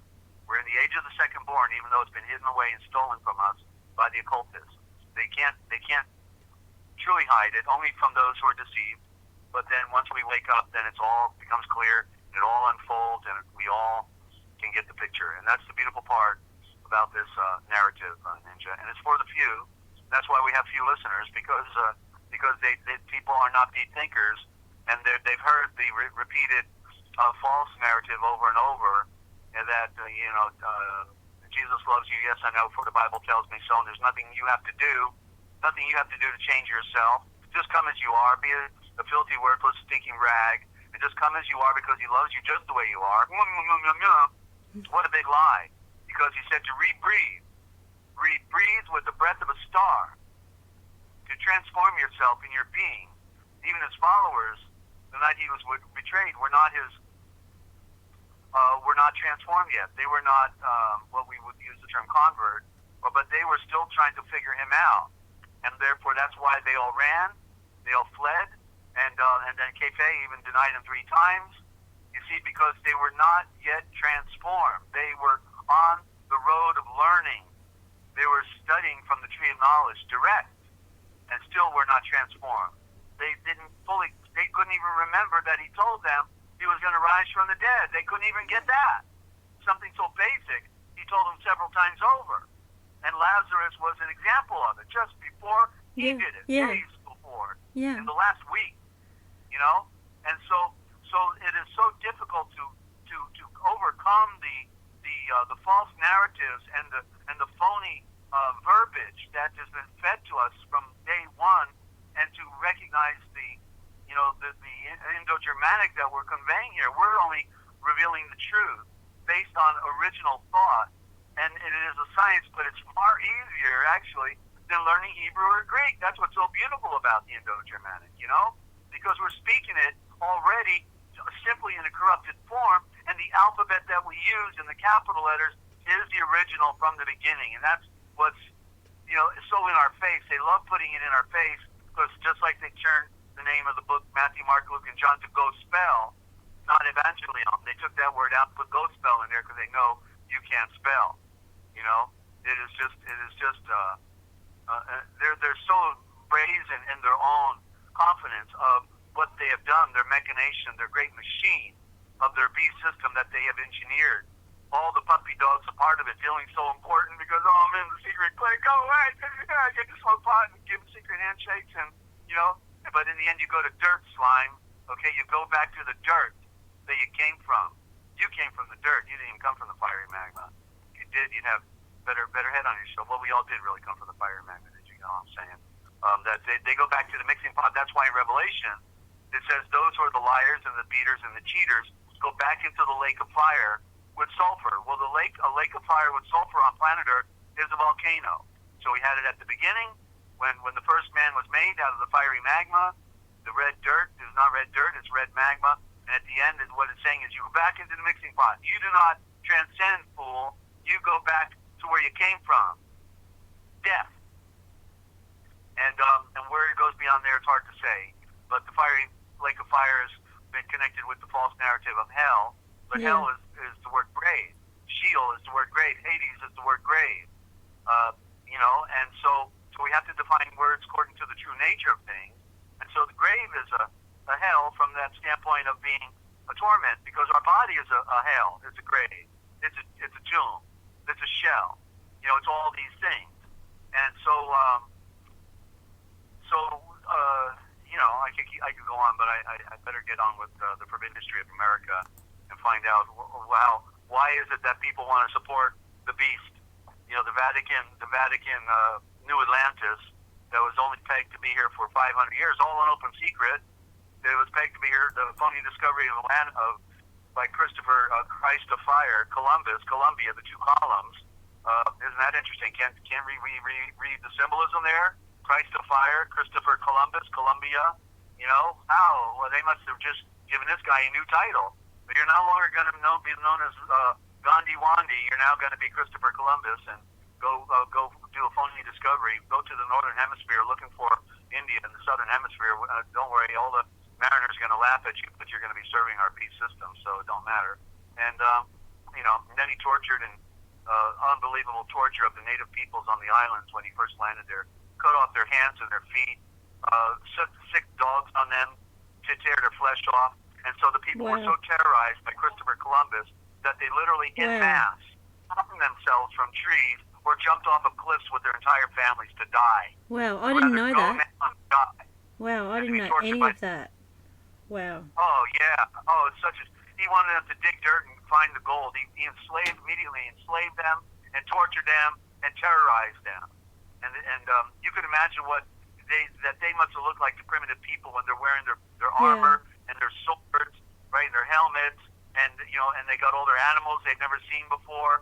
So these people were they would be as good as aliens the way the next version of this saga is going to play out with the phony alien invasion. It would be just like aliens, right? Yeah. That's what it was like. Yeah. And they couldn't handle it. They said, let's die. Let's all die. They knew they were spiritual. these were beautiful people that they hurt nobody. They traded, among each other. They got in their canoes, went from island to island, and had no agenda to hurt other people. And then now they're being tortured to death, enslaved and tortured by Christopher Christ of Fire, Columbia. Columbia, go with throttle up. Okay, yeah. And nobody was in the ship when they went with throttle up. Another show on Earth. We could go on and on about the great show that they put on, mesmerizing our minds. And while we're stupid as stupid gets, Yep. Okay. Wow. So we're on the new history of America by the Informer, what I call the forbidden history of America. But the Informer has passed away now. He's not telling us his name. He's just the Informer. And so this is chapter 13, continuing, and how many really care. If the thing wouldn't have a GIF on it, it wouldn't be so bad, Ninja. Yeah, that's why I only put it on for a couple of seconds. That's all. Sorry. Yeah. I can turn it into a still picture. It's all good. Oh, that'd be great. Yeah, if you could do that, then it'd be perfect. Yeah. Flashing. That's a little hypnotic. That's a little mind control. That's what they do. Yeah. Okay. So, all right, we're the deprogramming program here. Of course, everybody might go into alpha state when they're watching that, and then get a good fill. Maybe that's the way we got to do it with them. Go to sleep. Maybe. When we get them to sleep, then we start going. Okay, now remember this. Okay, and here we go. How many really care? That's the title of this chapter. How many really care, Ninja? You think many care? Okay. Yeah. I don't really want to answer. Yeah. We'd be really disappointed. So yeah. Let's get to the 25%, or as I think a lot less. As stated many times, all jurisdiction is founded on consent. Okay, consent being the government is operating under contract, compact, treaty law of the law merchants. Yours is a refusal for a good cause for good cause shown anytime they come after you. If you have, it's not a refusal. There was a lot of discovery that went on in the the law movement, but I think rather than say I refuse, I do not accept your offer. They're making a commercial offer, and that's the way to say it. I do not accept your offer. I do not consent to this proceeding. He's called an officer. Well, what's he doing? He's coming up to your automobile making you an offer. The only thing is you don't want to have court on the side of the road, so you just sign for the ticket. When you get home, you put it in an envelope. You don't say nothing. You just put it back in an envelope and you send it back. Okay, because they made you an offer and you're not accepting it, but you don't say anything. It's called I'm forgetting stuff now. It's called neutral response. Neutral response, meaning you're not saying anything. It's a commercial offer and you're sending it back because you're not accepting it. If you don't send it back, guess what? You accepted it, right? And so, but if you send it back, then it's a neutral response, and they get the picture. They know. Okay, he figured it out. Okay, all right, we'll have to try to get him again, guys, next time. And but anyway, I'm not telling anybody what to do. I'm just telling you what I would do. Okay, that's all I'm referring to here. Is that this is the way many people are successfully navigating in these rough waters. Appropriate time for the wave, Ninja. We're navigating in rough waters, and the wave is coming in, and we have to know that there is remedy within false tradition. Because I wanted to say remedy in law, but they're not law. They're in commerce. It's criminal. So continuing here, yours is a refusal for good cause shown anytime they come after you. If you made a refusal for fraud rather than a refusal for cause, it is wrong because you made a conclusion of law that it is fraud, didn't you? Yeah, and I've been there. I did that before. I refused for fraud. Actually, I refused for fraud and for cause, for both at the same time. And so that was a mix of thought as well. Let me highlight that. That's an important note here, and I just don't want to lose place for this. Okay, we're getting legal sleaze 101, and and this is a wrong conclusion that you've made. Okay, that starts a controversy, and they love it, and gives the court jurisdiction to dispute your conclusion of fraud. You see, that's great. He's sharp, this guy. There is no law against fraud, but there is a law against defrauding. Therefore, a refusal for cause is most appropriate, provided it was given soon after the defraud was found. Here is what the Supreme Court of Georgia had to say in the Paddleford sales tax cause case. Supposing this not to be taxed for inspection purposes, has Congress consented to it being laid? It is certain that Congress has not expressly consented, but it expresses consent necessary. There is nothing in the Constitution which says so. That's supporting another big lie, the Constitution. That's the big lie of them all. There is nothing in the practice of men, or in the municipal law of men, or in the practice of nations, or the law of nations that says so. Silence gives consent. Is the rule of business life. That's also known as tacit agreement. So when you're in a courtroom and the judge says something like, "Well, I think this is your name," and you don't refute it and say, "No, I am," and then you give it from your mouth, then it's how you express it, because what they have on the desk is a all capital letter fiction, a corporate trust, and it's an item sonan. Sounds like you, looks like you, but it's not you. And so if the judge says something and you don't say anything, it's a tacit agreement, so you always have to have the last word. Even if he says it again, then you say it again. If he says it again, then you say it again. A tender of bills is... Wow, that could go on and on. You have to have the last word. And you may say ping pong 3 times, and after 3 times he won't say it again, because he knows you got him. And he may walk out of the courtroom, or if he does, then he abandons ship, and you can take possession of give the orders to the bailiff to give you the order of the court, and walk out with the original indicting script. Anyway, a tender of bills is as good as one of coin, unless the bills are objected to. To stand by in silence and see another spell your property. To stand by in silence and to see another sell your property binds you. In other words, if they're selling your property, you got to get bullhorn and say, "Ladies and gentlemen, just so you know, you're buying stolen goods that are lawfully and rightfully mine, my property, and I intend to recollect it. If you purchase it here today, you are, do not own it. I'm giving you notice. You're participating in fraudulent action and participating in a crime." Okay, so they have to be given some sort of notice, and this is the hardest thing to do. It's easy to say it, but when you're losing your home and you're being kicked out in the street at 5 in the morning, when they woke you up out of bed, all these things are near impossible to follow through on. And it happens over and over with the best people, and we lose because they got the organized criminal mafia working for them, and they do what they're told to do because they're good order takers. They don't know anything about law. They don't care about law. There is no law. It's all public policy, and it's all a shell game and a racket and a staged front for maintaining order and peace while they continually enslave us and collect all our property until nothing is left. Bottom line. Okay, so people, how many times has your property, labor included, been stolen and turned over to the taxman in your silence? Did you file a refusal for good cause shown? These are mere instances. Of the use of the maxim in the municipal law. In the law of nations, it is equally potent.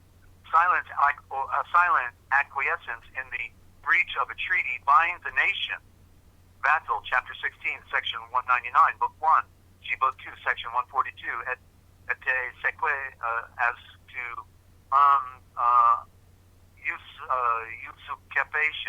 usurpation and prescription, and Section 208 as to ratification. Express consent then not being necessary, is there anything from which consent may be applied? There is. Length of time. Still believe all government is designed to protect the people from its encroachments, especially since you consented to be a citizen, quote, of the state having a representative in their corporate structure. And another tidbit from the court stated, by the way, do you vote? You don't want to vote. If you do, you're a participant in the criminal cartel, ladies and gentlemen, if you vote, because it means you're voting. Voting is voting, and you're out there on the high seas with them having a party. Now, the principle at the bottom, and so let me try this again. And another tidbit from the court stated, quote, now the principle at the bottom of all these propositions is this. The states have no power by the exercise of which they can defeat all the ends of government, the general government, or any of those ends. But the states, by the exercise of the taxing power, can take from their inhabitants every cent the inhabitants can spare and live. According to the principle of this decision, therefore, the states have now no power to lay any tax on their inhabitants. And if they have the power to tax, it follows that they have no power to enable them to keep up their state governments. And without the state governments, they have no power to keep themselves alive as states. The principle comes to this, that the states, in making the Constitution, intended to give up the power of self-preservation. Lastly, the court at page 491 said of this, of the people who, that's capital P, who made the constitutions, quote, the people of the states who made the Constitution considered themselves as the sovereign and the government as the subject. They were the principal, the agent. That this is also true, none will dispute, unquote. But all know it is not the people who made the constitutions, but the select few, as stated by the court on page 520, to wit, quote, but indeed no private person has a right to complain by suit in court on the ground of a breach of the Constitution. In other words, the implication here is it's not your government, so why would you be in there in the first place making a complaint?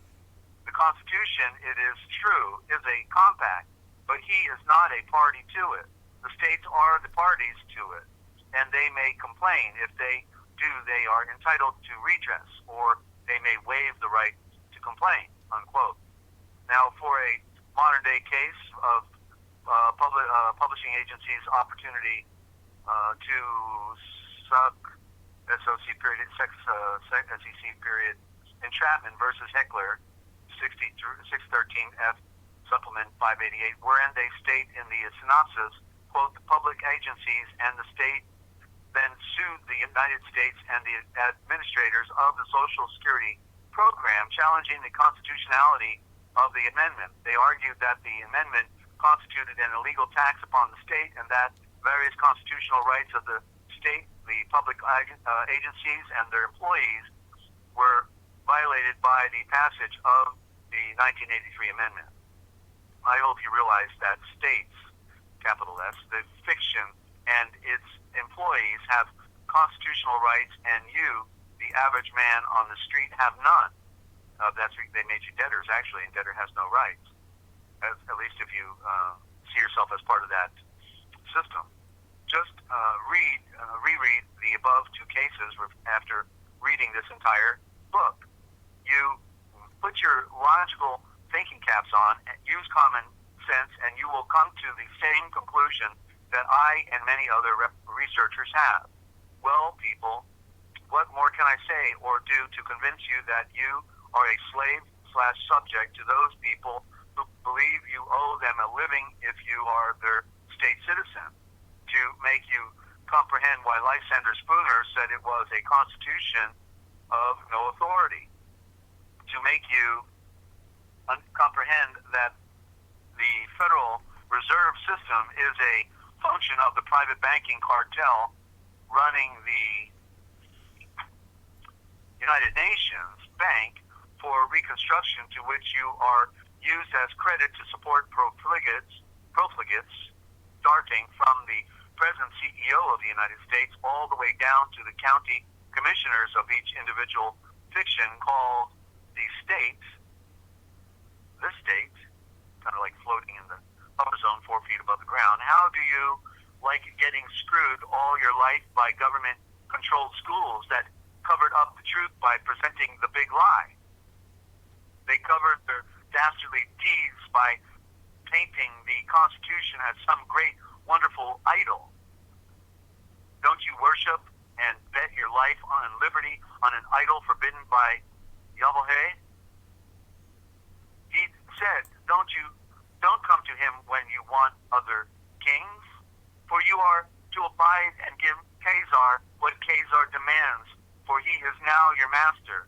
Caesar is the state, and don't forget that. Don't you just love the shaft with all the splinters that is constantly being shoved where the sun doesn't shine by people calling themselves your representatives? That's quite a way to say it. Consent must have been given by you, for you remained silent, didn't you? And when we pick it up next time, we'll be on chapter 14, Courts of Natural Law, the way to go. Yeah, well, it is about natural law, because anything that man can give you, he can take away from you, Ninja. Yes. Exactly. In other words, like one of the ploys with the gun issue, right? They made a law in the 1800s. We have to make a law. Everybody needs to carry a gun, okay? Just in case. So everybody said, yeah, that's a good idea. So everybody started strapping on their guns just in case, and walking around. Then all of a sudden, one day, because they gave them the right to carry a gun, they said, hey, now that we tricked them, we gave them something that they already had. Now they think that we've got power. Now let's take away the right to carry a gun. By the way, we revoked that right to carry a gun now, and you're going to have to all hand in your guns, you see? So anybody that can has the power to give you something, has the power to take something from you. So you don't want anything from them, right? You don't want anything. You don't give me the right to carry a gun. You don't give me, a right to cross the street. I didn't contract to stop at the stop sign, or you know what I'm saying? That it's all based on contractual illusions, because that you didn't sign any agreement, which means moving away from the paper, but you know what I mean. Yeah, quite a deal in the Matrix. This system that they've worked thousands of years to perfect. We see it. We went under Roman civil law, and when the bankruptcy occurred, they brought us back under Roman civil law when we had a common law. But as Lysander Splinter also says, there has not been a true trial by jury since the ratification. I love that term. The ratification of these United States of America. That means 1782 or whenever they ratified the Constitution. So it's literally for all the time, America has been in existence. There has not been a true common law court of common pleas, because the sinister element of the Illuminati has always been here. As we talked about on another program, they founded this land, as we see in the map. Thank you, New India. It was New India, but then when the phony pretending discovery of America occurred with Christ of Fire, Christopher Columbus occurs, then the Illuminati found America on May 1st, 1776, and then we get our phony discovery independence on the big July of 4th on 2 months later. You see, so it's the greatest deception, the greatest show on earth. It's all the smoke and mirrors, grand illusion, and of course when you look at the Declaration of Independence, then it doesn't say United States of America. It says States of America. It's in bold letters. So the original term was States of America. And when did that go away? I think like the day after. It's or like when they made the treaty, told the native peoples that all the land west of the Mississippi will be yours. Well, how long do you think that lasted? Like one day? I mean, they just, there's not a treaty. They said you broke every promise you ever made to us. There's only one promise that you ever kept with us. You promised to take our land, and you have done it. You see? And so now people today don't get that it's the same government that put the screws to the traditional peoples that were here first, and they think they're going to get some kind of remedy. Yeah, exactly. Yeah. The only thing, the remedy they're going to get is the shaft, like the informer well stated, and yeah. Okay, Kip, good to have you back. You just missed the mouthful. You do read the most welcome back, people Kip. in there are truck drivers, Yeah. It's amazing. I never go home, and it's tough. The truckers have the toughest job on the planet for the time they dedicate to going on the road. So, thank a truck driver anytime you see him, because everything you use, ladies and gentlemen, got there somehow by a truck, right, kid? I'm telling you. So, and the trucks are going to stop rolling one day real soon, and then you're going to really, really appreciate those truck drivers, because the commerce is going to shut down. Once it shuts down, it's all over. Then it's military out the gate, military out the gate, because they'll lock us into 5G triangular cells. You won't be able to go out because there's a force shield right there, and it'll burn you if you try to go through it, and then we'll starve to death, each in our little own triangular quadrant of 5G. So they got it worked out. They know how it's going to happen, ladies and gentlemen. They do. Let's go to a short musical break, or a medium break, Ninja, 4 or 5 minutes, and we'll pick it up on the other side with symbols. Yay! Oh, we got to talk about some things as if we already have them, right? All right. Okay. We'll be right back. What's a NinjaCat for, right? That's right. Sorry? I missed that. What's a NinjaCat for? Symbolism. Okay. You are a NinjaCat. I am a NinjaCat. Right? You are a NinjaCat, not like a NinjaCat. You are a NinjaCat. I love that picture of the black cat. I always I'm just looking for it. Hang on. Looking for it. Beautiful eyes, that beautiful cat.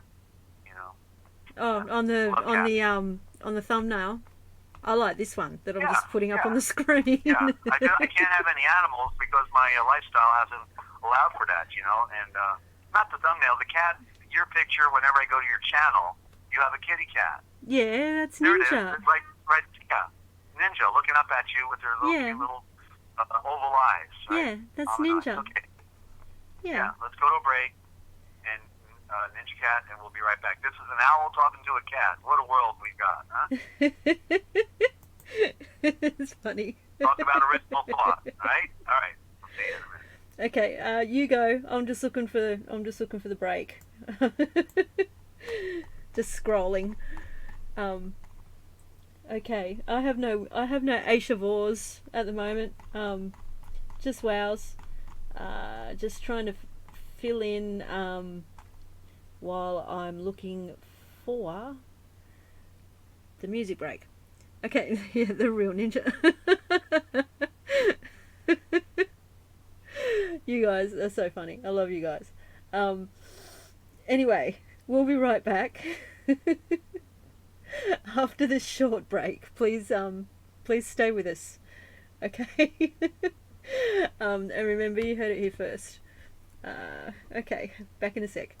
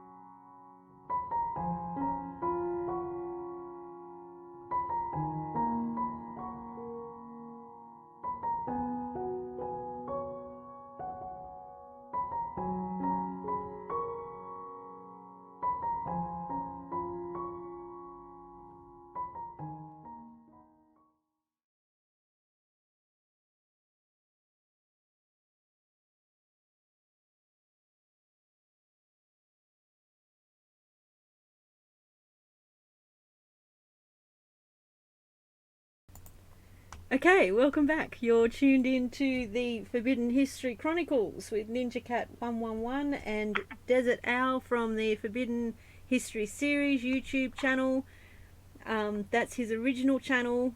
Please go and subscribe. Thank you, Kip. I love it. It's called Heavenly. Yeah, please go and subscribe and check it out. It's amazing. Go back to June 21st last year.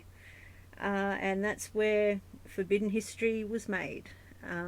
Desert's currently broadcasting on Forbidden History Live. All links are in the description on all the live streams.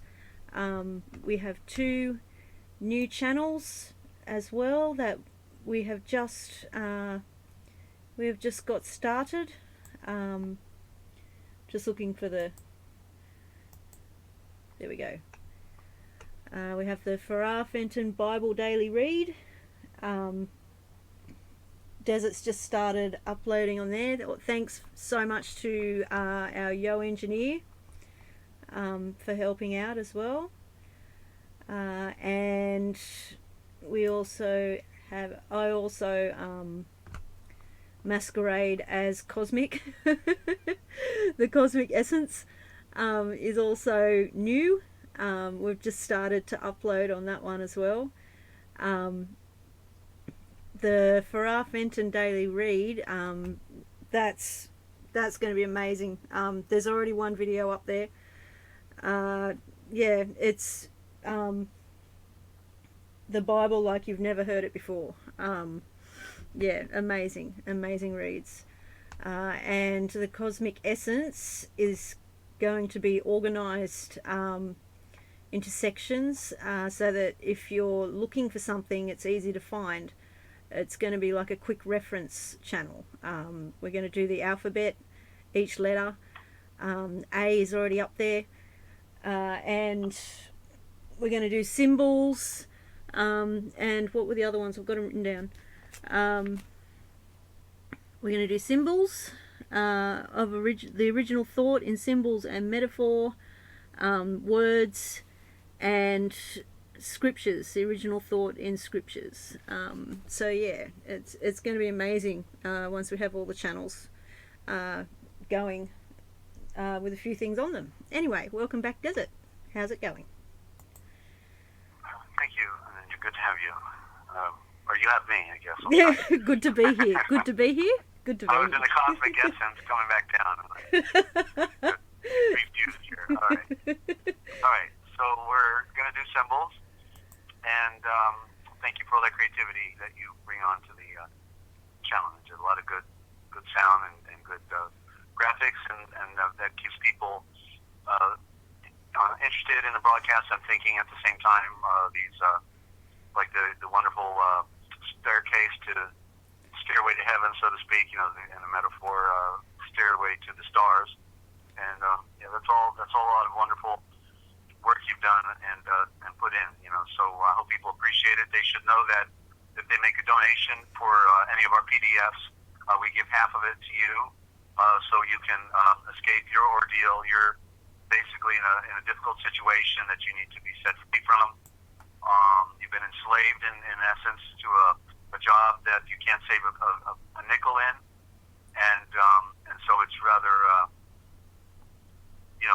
challenging for all of us. We want to publish the Book of Wisdom and get it to those in prison. We want to make it available to all of our friends who tune in, and so collectively, if people get involved and make just a commitment once a month for any size donation, then we literally can do this. You know, we can actually help people, because this is a book that is the greatest book of wisdom in 22 chapters than you've ever read. Okay, by the Joseph of Arimathea, the great uncle of Yeshua. So give us some thought on supporting a good cause, ladies and gentlemen, that's geared towards helping others. Do we say it like it is? Do we tell the truth? And also, do we provide some of the deepest meaning in thought on our broadcasts? We're here to serve and not self-serve, of course. I could go into that, but there's no point in grandstanding now. So let's get into the book on symbols. And we're, again, going to talk about darkness and death. These are of the two things in front of me here, just coincidentally when we just read about it. We'll start with darkness, equated with matter. That's interesting because it's invisible and void, and that's, I guess, another way of looking at matter. When we realize that the illusion that it's created through the atomic level, that's a great mystery, of course. Equated with darkness, equated with matter, with maternal and griminan, but it pre-exists a differentiation of matter. The dualism of light/darkness does not arise as a symbolic formula of ethics until primordial darkness has been split up into light and darkness. Hence, the pure concept of darkness is not, in symbolic tradition, identified with gloom. On the contrary, it corresponds to primogenial chaos. In other words, it has another original meaning, and but yet, nonetheless, the darkness in the primordial sense is a void. It's empty of light, void of light. So I don't necessarily agree specifically or totally with the way he expressed it here. It is also related to mystic nothingness, and in consequence, Hermetic language is an obscurum per obscuris, a path leading back to the profound mystery of the origin. Well, actually, another way we could say it is that darkness introduced us to the light, because the first state we ended up in is in the denseness of the matter, dark matter, and then we have to wake up to the light, and then we can transcend to the light. So darkness does serve a purpose. Obviously, the creation itself is serving a purpose. It was needed for the spirit to have a house, right? Yeah. Wow. Yeah.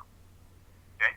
According to Guénon, light is the basic principle behind differentiation in hierarchical order. The gloom, which preceded the fiat looks always in traditional symbolism, represents the state of undeveloped potentialities which give rise to chaos.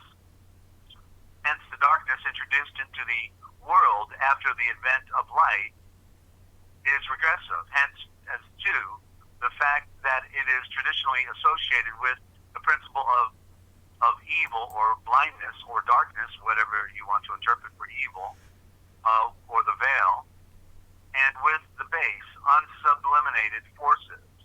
Okay, so it is traditionally associated with the principles of blindness, darkness, the veil, and with the base, unsublimated forces. Now we have day of rest before we get to death, which is what we were talking about earlier. Day of rest, like so many other aspects of existence, both in custom and in utilitarian activities, the idea or concept of the day of rest does not arise from material or empirical necessity, even leaving aside the religious implications. According to Eric Fromm, the observance of the Sabbath or the Shabbat among the Avres, the star rays or Hebrews, does not denote mere response for reasons of health, but rather something much more profound. In effect, because work implies a state of change, of war between man and the world around him, it follows that rest designates peace between him and nature. One day a week, a day which, by virtue of the analogy between time and cosmic space, corresponds to the idea of the center implicit in the position of the sun among the planets, or the location of the earth according to the geocentric system. Geocentric? Well, I don't know about that. Must be set aside for experiencing the spontaneous perfect harmony of man in nature. By not working, the earthly being can break away from the order of change which gives rise to history, and thereby free himself from the time and space to return to the state of paradise. Notice paradise is two dices, right? Two dice. Paradise. Wow. Wow. Symbolism, yeah. See, it's talking about duality, right? In the word. Yeah, exactly. This symbolism provides the explanation, furthermore, of what Bell called the fiery restlessness of the rebel, the instinctive hatred of all forms of rest characteristic of the man of warlike spirit who challenges all nature and the world as it appears to the senses. Did you want to jump in? No, just agreeing with you. That's all. You're moving away from me again. Okay. So, all right. No. Yeah. We're going to have to come up with another Aishavor, I guess, John. So the word the Aishavor agree should actually be disagree. What is dis? What is dis? Well, in D-I-S. theory it would be, but you could just say, I get it, Desert, something I get it. Okay, or, I comprehend. I'm in harmony with you. Yeah, okay. I comprehend. Yeah, there you go. Yeah.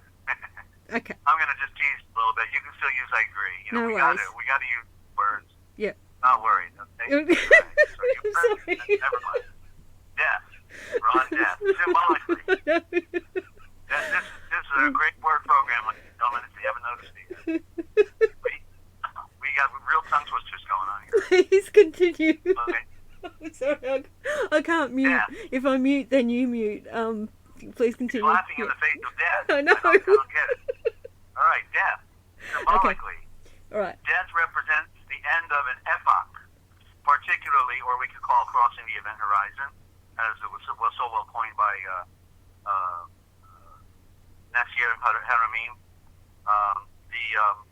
Symbolically, death represents the end of an epoch, particularly when it takes the form of sacrifice or the desire for self-destruction in the face of unendurable tension, as with Romeo and Juliet, or Tristan and Isolde. The hero dies young for the same reason. Siegfried, Achilles, or Balder. For example, the public necessity for sacrifice of this kind was what lay behind the ritual assassination of the king, which the possibility of his survival was assassination of the king, in which the possibility. I just read the line over. I got to highlight something. Hang on. Okay. That's why I got confused. I saw that word Balder again, and there, his name was just in the other book. Remember, and I said we're going to find out more about Balder. So he's a symbol of something. The public necessity for a sacrifice of this kind was what lay behind the ritual assassination of the king, in which the possibility of his survival was sometimes often left open, should he prove victor in combat. As an example of this rite, Fraser cites a festival called the Great Sacrifice, in which the king Calicut was made to hazard his crown and his life. It took place every 12 years at the time of the planet Jupiter turning back towards the constellation of Cancer, since there was a supposed relationship between the planet and the king's destiny. And there were even kings who knew they had to die for their people and was willing to be a sacrifice in order to give life to his people. So there were some very, very ritualistic and devoted traditions where they, forfeited their crown. It's truly, those were, not like the tyrant kings, I would say, when they had those traditions, because they really loved their people, and that's the only reason they would have given their life as a sacrifice. So there's a lot, that's happened in our history that we've not even heard, and it's just an amazing thing, ladies and gentlemen, what's going on, on our history that we don't see. So continuing now, the death. We just read death. Now this is the death, the 13th enigma of the Tarot pack.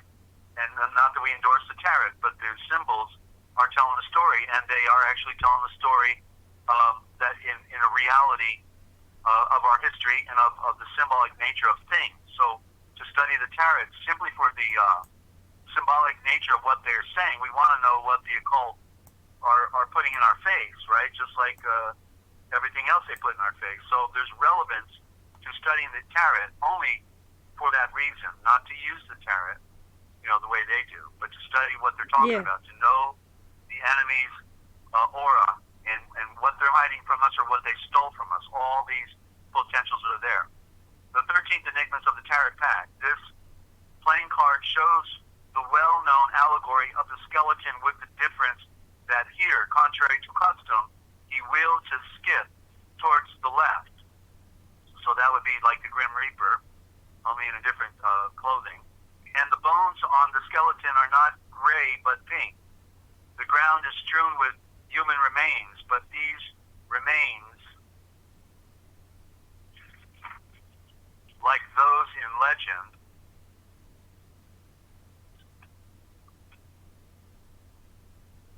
and folklore, have the appearance of living beings' heads.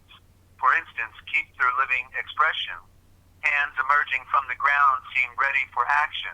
Everything in this enigmatic card tends to ambivalence, underlying the fact that if life is in itself closely bound up with death, as Heracletius pointed out, and as media evilis and modern scientists have corroborated, death is also the source of life. And not only, there you go, the spiritual death that we have to, the firstborn have to die, and we have to become the secondborn in order to live by the Spirit. Okay, there it is right there. See, they're speaking a little truth in all these enigmas, and also the source of life. Death is the source of life, and not only of spiritual life, but of the resurrection of matter as well. One must regain oneself to dying in a dark prison in order to find rebirth in the light and clarity. In the same manner as Saturn pruned the tree in order to rejuvenate it, so Shiva transformed beings. Shiva, there's Siv, so she's full of holes, transforms beings by destroying their form without annihilating their essence. On the other hand, death is the supreme liberation. In the positive sense, then, this enigma symbolizes the transformation of all things. The process of evolution, dematerialization. In the negative, melancholy, decomposition, or the end of anything determinate and therefore comprehended within a period of time. All allegories and images of death have the same significance. In Greek mythology, death was envisaged as the daughter of the night and the sister of sleep. Horus depicts death with black wings as a net for snaring his victims, a net which is identical with that of the Uranian gods as well as that of the Roman gladiator. Oh, gladiator. I'll go to that word in a minute. Death is related, I just saw that yesterday, death is related to the element, to earth, and to the range of colors from black through the earth-colored shades to green. It also is associated with the symbolism of manure. Okay, and let me just highlight that word. And we'll do one more, because it's relative to death, decapitation, real short, and then I'll go to that word gladiator for a moment, because I saw that. I saw it for the first time. I hope I can remember it now, because it's a code, and I broke the code when I was, I think, laying in bed. I didn't write it down. Yeah, I'm thinking of something, but I don't want to blow it for you. Okay, yeah, I think I can see it. So, decapitation, ritual. Decapitation arose from the discovery in prehistoric times that the head is a receptacle of the spirit. That's the soul. Not the bottom of your feet. That's where they want you. The soul at the bottom, stepping on your soul. The preservation of heads, as practiced by certain primitive peoples, holds the same significance as the separate burial of that part of the body. The same symbolic meaning is attached to the decorative use of sculpted heads, as set at particular visage points in many medieval temples, such as Clonfert Cathedral in Ireland. Okay? And so we'll leave it right there. And now let me write down this word gladiator, and then we'll take one final short break, and then we'll close out with Lamsa on the Old Testament light and New Testament light. Okay? But this word gladiator, I saw it for the first time because it's like another one of those abstract terms. Yeah. And in other words, we don't get bearing or a picture of something else. So here it is: glad, E-A-T-O-R. I hope I can get so glade is blade. You see, the G and the B are switching out. Blade and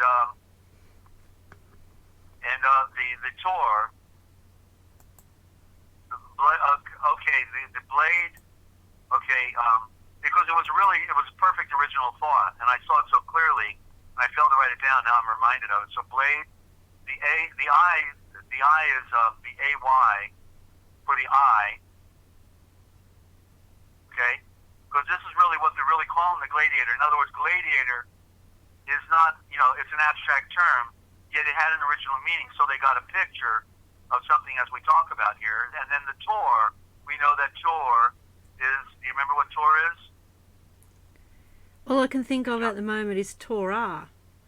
Okay, but Tor is power. Yeah. Because it represents the bull, it represents tearing away something Taurus. from you. Yeah. Your will is power, right? Yeah.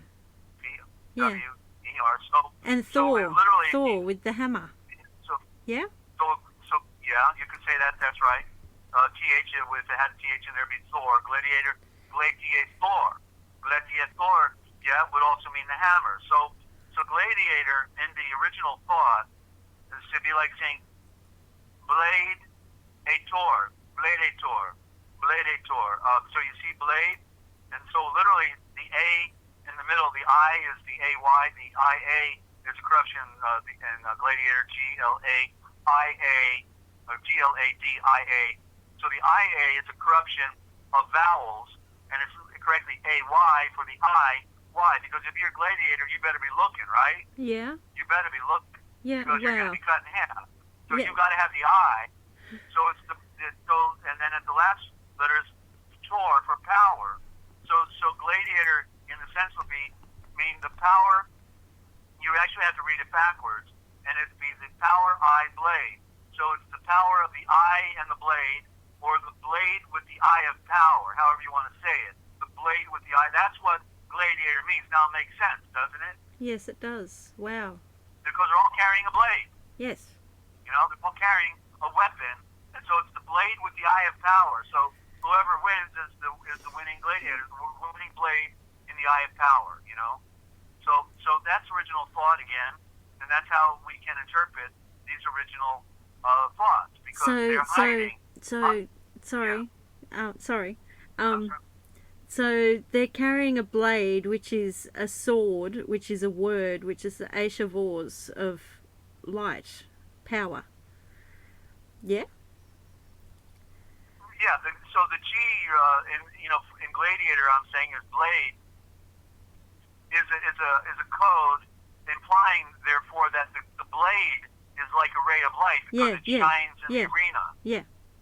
Yeah. So it's the shining. So we could say it's the shining blade and the eye of power. That'd be maybe the better way to say it. The shining blade and the eye of power.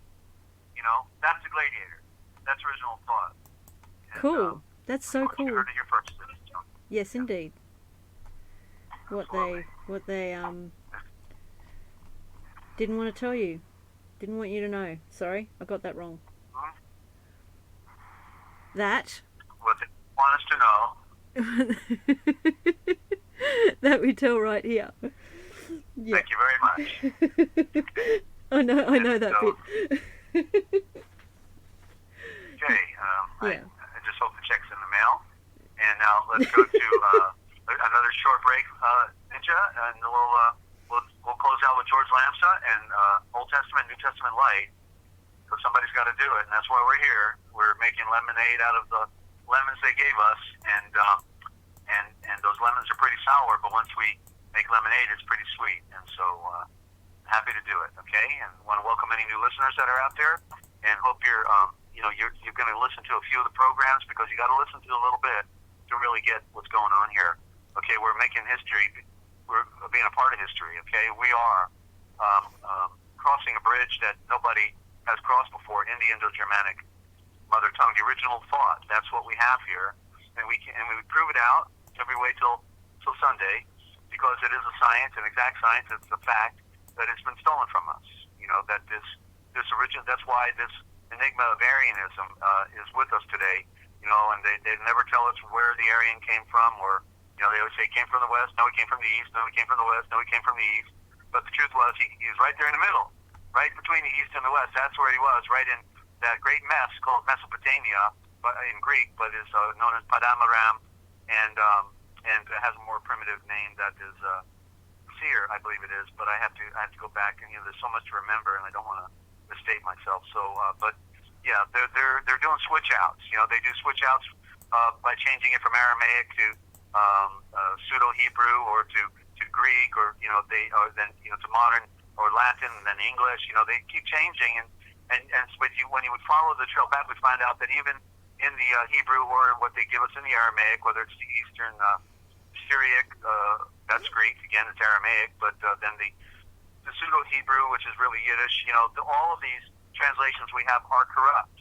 They're all corrupt, okay? And so once you know the trick, and we know the trap, and we know the trade, and we know the original thought and the original symbols, and these precepts, not concepts, but precepts, parent root forms, then we can actually reconstruct these words, like how they put the con on a word, consonants, right? The words are built with consonants, and they read verbally the vowels. They didn't put the vowels into the words. They just verbalized them, and that's how they got the many variable meanings. But the word consonant, it's not a consonant. They are sonants. Sonants. So you see the word sonar is right there, the sound. But they had to put a con in front of it to let us know that they were conning us. And just like the word congregation, one day I was looking up in the Webster's 1828 First American English Dictionary, and I found in there the word, for some reason I got on the word Greg, because I had a buddy named Greg, and he hated his name, and I'm thinking, what's interesting about that word Greg? I just looked it up, and then I found the word gregation. Whoa, gregation, and a gregation is actually what later became a congregation. A gregation is a gathering of people. And so what did they do? They put a con in front of it. So consonants are sonants, and congregations are gregations, and so we can see how they put the con right on us, ladies and gentlemen, in these words and these eshavors, because they're not words. Words are swords, and they use them to kill us, and it's symbolized in the T, just like they put the word constitution, the T at the end, when it's shun, S-H-I-O-N, not T-I-O-N. The T has an S-H sound, or they killed the light. With that, the S-H is the symbol of the sun and the breath, and they put the sword to it. So we hear one thing, but we see another thing. That's mind control. That's the spell they put on us, ladies and gentlemen. And we've been buying into it all of our life, and we don't want to spell correctly. So we maintain the spell by the deception that we continue to propagate. And it's the greatest story on earth, ladies and gentlemen. And we have to get back to real truth, because as Confucius says, what did he say? And I got to paraphrase it. It was a big quote. How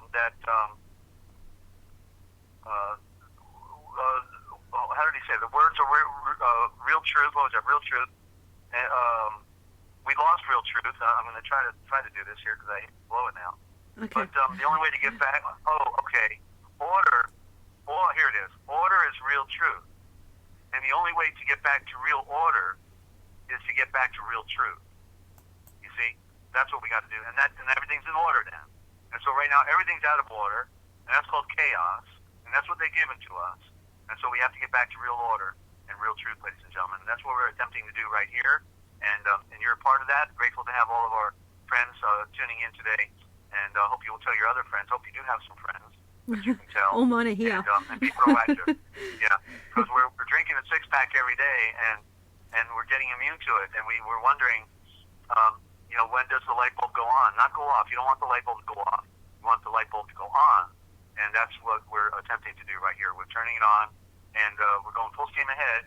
And there's a lot of ground to cover. We've covered so much ground, and if you wanted to know, then realize, you may have a friend who would like to know as well. They put us on the greatest show on earth, and we're going to do the greatest deprogramming in the history of mankind right here on this broadcast, NinjaCat 1011, and also on Forbidden History Live. 7 days a week, whether it's on the pre-record or we're live, just check us out, okay? Because time is short, ladies and gentlemen. You know it, okay? So, Ninja, one more song, and then we'll wrap it up with two short reads on the scriptures, on the original thought, the way transliterations is magic, transliterations should be. Okay, loving it. Do you want a short one or a long one? Sorry, short or long? Shorty. shorty. A shorty. Okie dokie. Can do. Okay, we'll be back after the break, guys. Please hang around. Yeah, it just gets more amazing. I'd be happy to stream 24 hours a day, to be honest, if I didn't have to sleep. Okay, we'll be right back.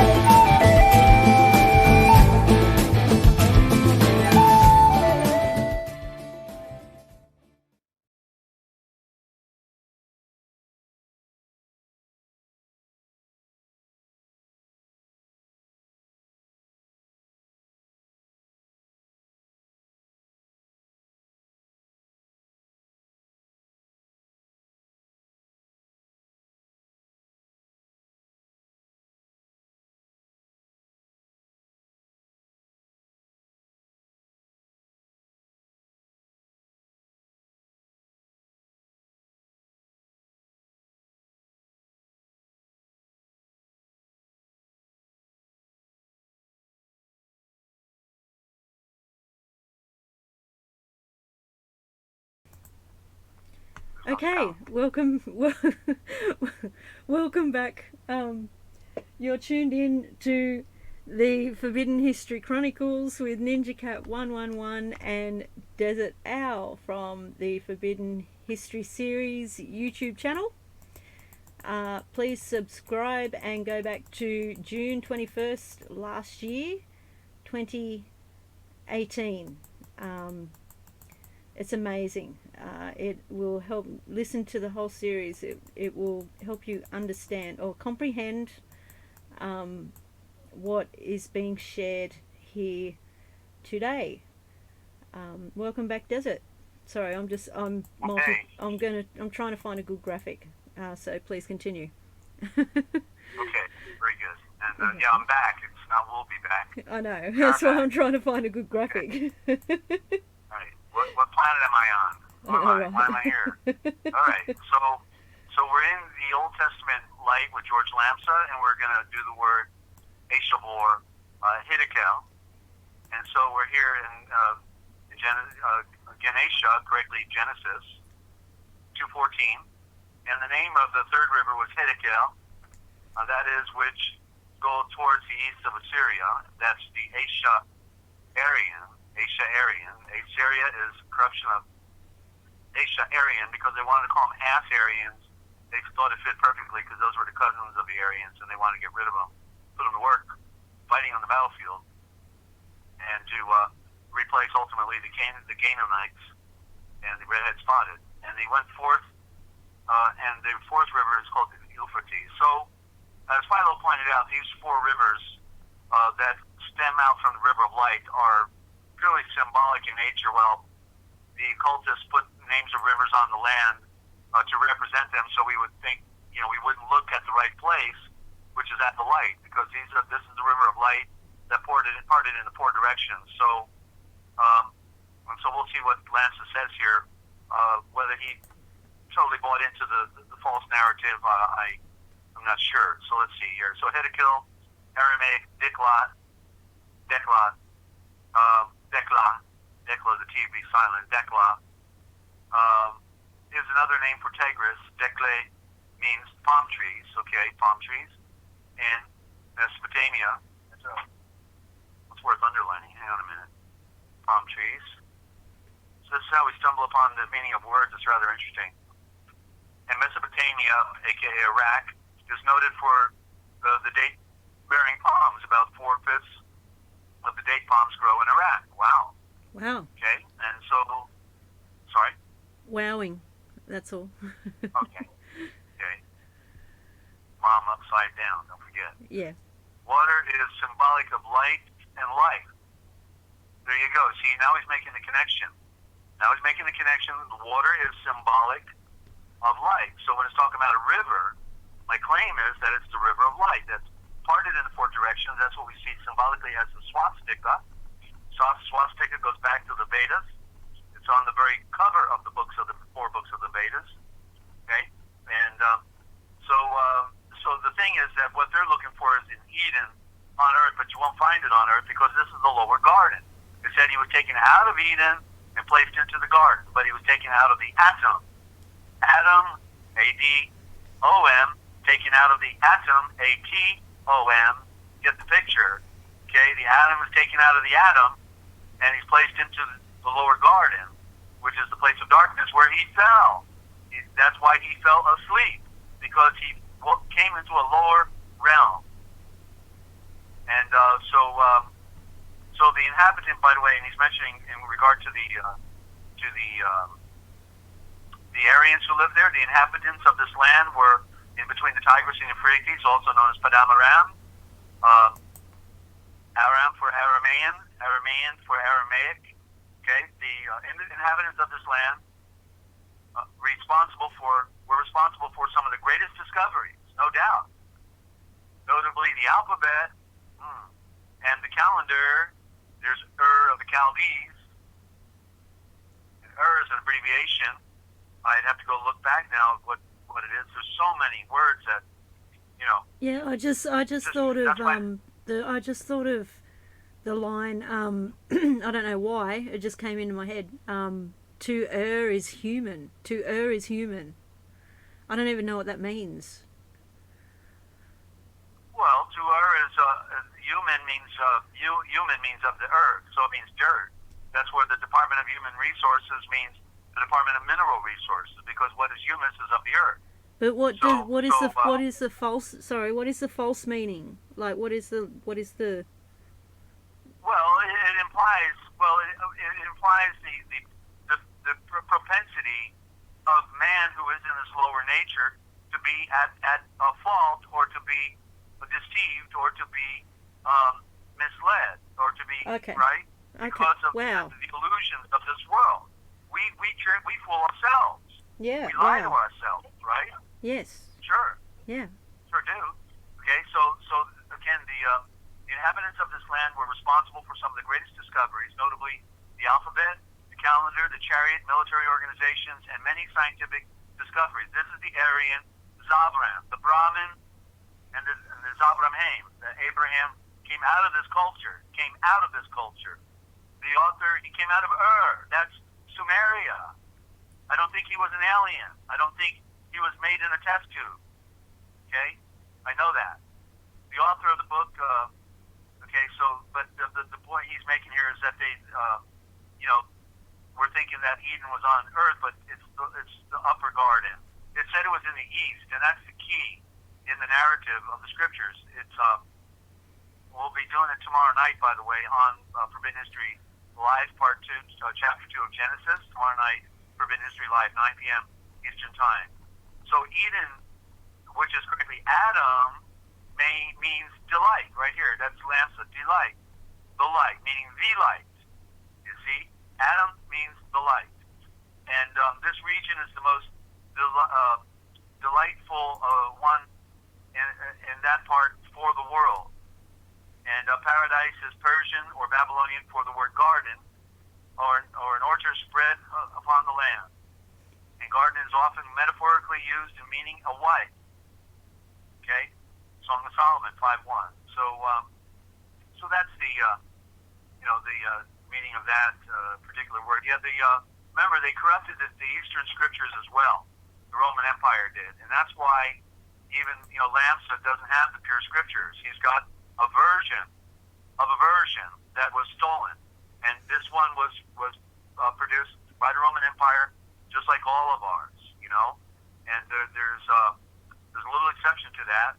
The occultists are running a world. The scripture says that the beast system has deceived the entire world, and so all we have to do is be deep thinkers and learn how to see and read it for ourselves. And so that's great work that we have to do.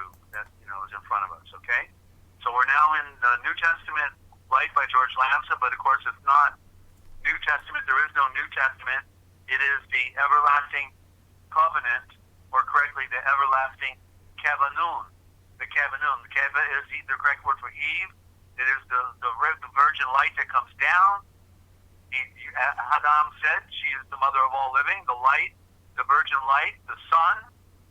Okay, the Kavanun, the Kavanun at high noon, meaning our relationship with the sun, our relationship with the light, is what that implies. The Kavanun, the covenant. That's the Kavanun.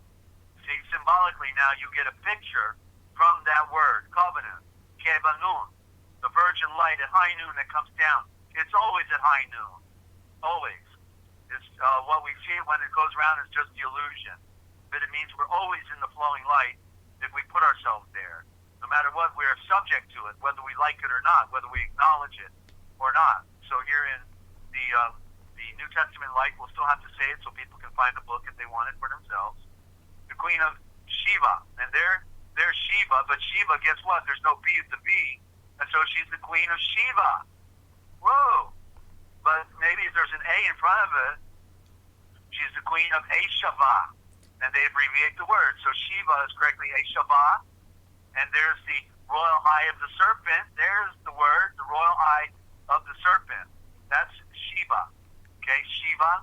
And it makes sense. In fact, we see serpents all over the place in India as well. So, but Shiva, it was another parallel culture, and she came to visit, and that's interesting because ultimately Hinduism took over Israel. And that's when they took out the sacred name when they came back from Babylon. Said we're going to take out Yahweh, which is incorrectly pronounced Yahweh. We think that sacred name is too sacred to say, so we're going to put in Adonai. We're going to put in Adonai, and Adonai backwards is India. And Adonai is the blood, the God that demands blood. And so we'll kill the Messiah when the Messiah gets here. That'd be a great thing to do, sure. Okay? So that's evidence that Israel no longer existed. They killed the Moeshiach. Did we program phase out, Ninja? I see a circle, or do I need to do a refresh? Do a refresh, because everything's fine here. It's all... Everything's fine? Okay, yeah. Let me do a refresh. Yep, going around in circles there. Wow. Oh. Boy, it's not doing anything. Okay. Maybe go out and go back in, because it's all good here. Or you're just going to look, you know? That is really amazing. I hit the refresh, and it's just staying in refresh mode and not finishing. Yeah, that's normally what happens at my end, and now it's happening at your end. Okay, I'm going to do a test and see if I can work in the chat for a minute. Okay, I can still type in the chat. It's just continually spinning. That's okay. If I'm going through, wait a minute. It says chat disconnected. Please wait till we try to connect you. Yeah, and it's nothing. Successfully connected. No, you're successfully connected now. Error, try again. Let me, did you see my test come up? I can see test. Yes. Yeah, I got two of them now, right? Yep. Two of them going? I'll try answering. Okay, let me try refreshing again.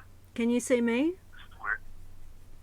Go ahead and type something. I just did. No, I don't see anything. I reckon just Okay, close the whole thing and come back. What do you mean close the whole thing and come back? Like close your page or shut or go out of Chrome and then go back in. You mean shut it down? Yeah, and then go back in. No, well let's just end the program. Because I was right at the end. We can do this next time. Okay. Let's It's just end it right weird there, because it's all good here. Yeah, that's all right, weird. well I've not had this happen like this before. It's the first time, and we'll chalk it up for history, okay? Forbidden history. Okay. Yeah. What they don't want us to talk about, right? Okay. Yeah. Yeah. That would tell. Well, that's a wrap. That's an egg roll. It's a burrito. It's whatever they want to call it. But we've done our damage for today, and we're glad to get on and talk with some friends out there and to share things that they don't basically hear anywhere else. Okay, and so thank you for all your efforts, and I just want everybody to know that I'm Dezert-Owl. Thanking you for tuning in and telling you that if you want to know the future, then you need to look for the Forbidden History, because it's all right here, coming your way 7 days a week, every Monday and Friday with NinjaCat 111, 10 a.m. Eastern Time. And then look for us on Forbidden History Live, okay, later tomorrow night, 9:30 p.m. Eastern Time. Ninja, thank you. And I'm going to sign off now, and you can wrap it up, okay? Okay, thank you, Desert. It was amazing Thank as you always. for Let there be Zorain, always. Let there be Zorain. Yeah. Yeah, that means let there be light, ladies and gentlemen. Original thought. You heard it here first. I'll see you. Okay. See ya. Okay, yeah, I know that was weird, Lynn. Yeah, I can see you. You say you have an owl. You say good. Let there be Zoray, and yes, all good here. So I don't know. It's all good at this end. Yeah. We've had a few technical difficulties getting this stream going tonight. Yeah, you hear it now. Yeah. Yeah. Okay, so we'll end it here anyway. You've been listening to the Forbidden History Chronicles here with NinjaCat 111 and Dezert-Owl from the Forbidden History series YouTube channel. And I want to thank you all for being here. Yeah, it's just, I don't know what I'd do without you guys. Yeah, I love doing this. I love sharing this. I love giving Desert an outlet to share this information. yeah, anyway, so thank you, love you all, and I'll see you guys later. Sorry, I'm scrolling while I'm rambling on. I'm trying to find. Alright, I'll just turn up some music.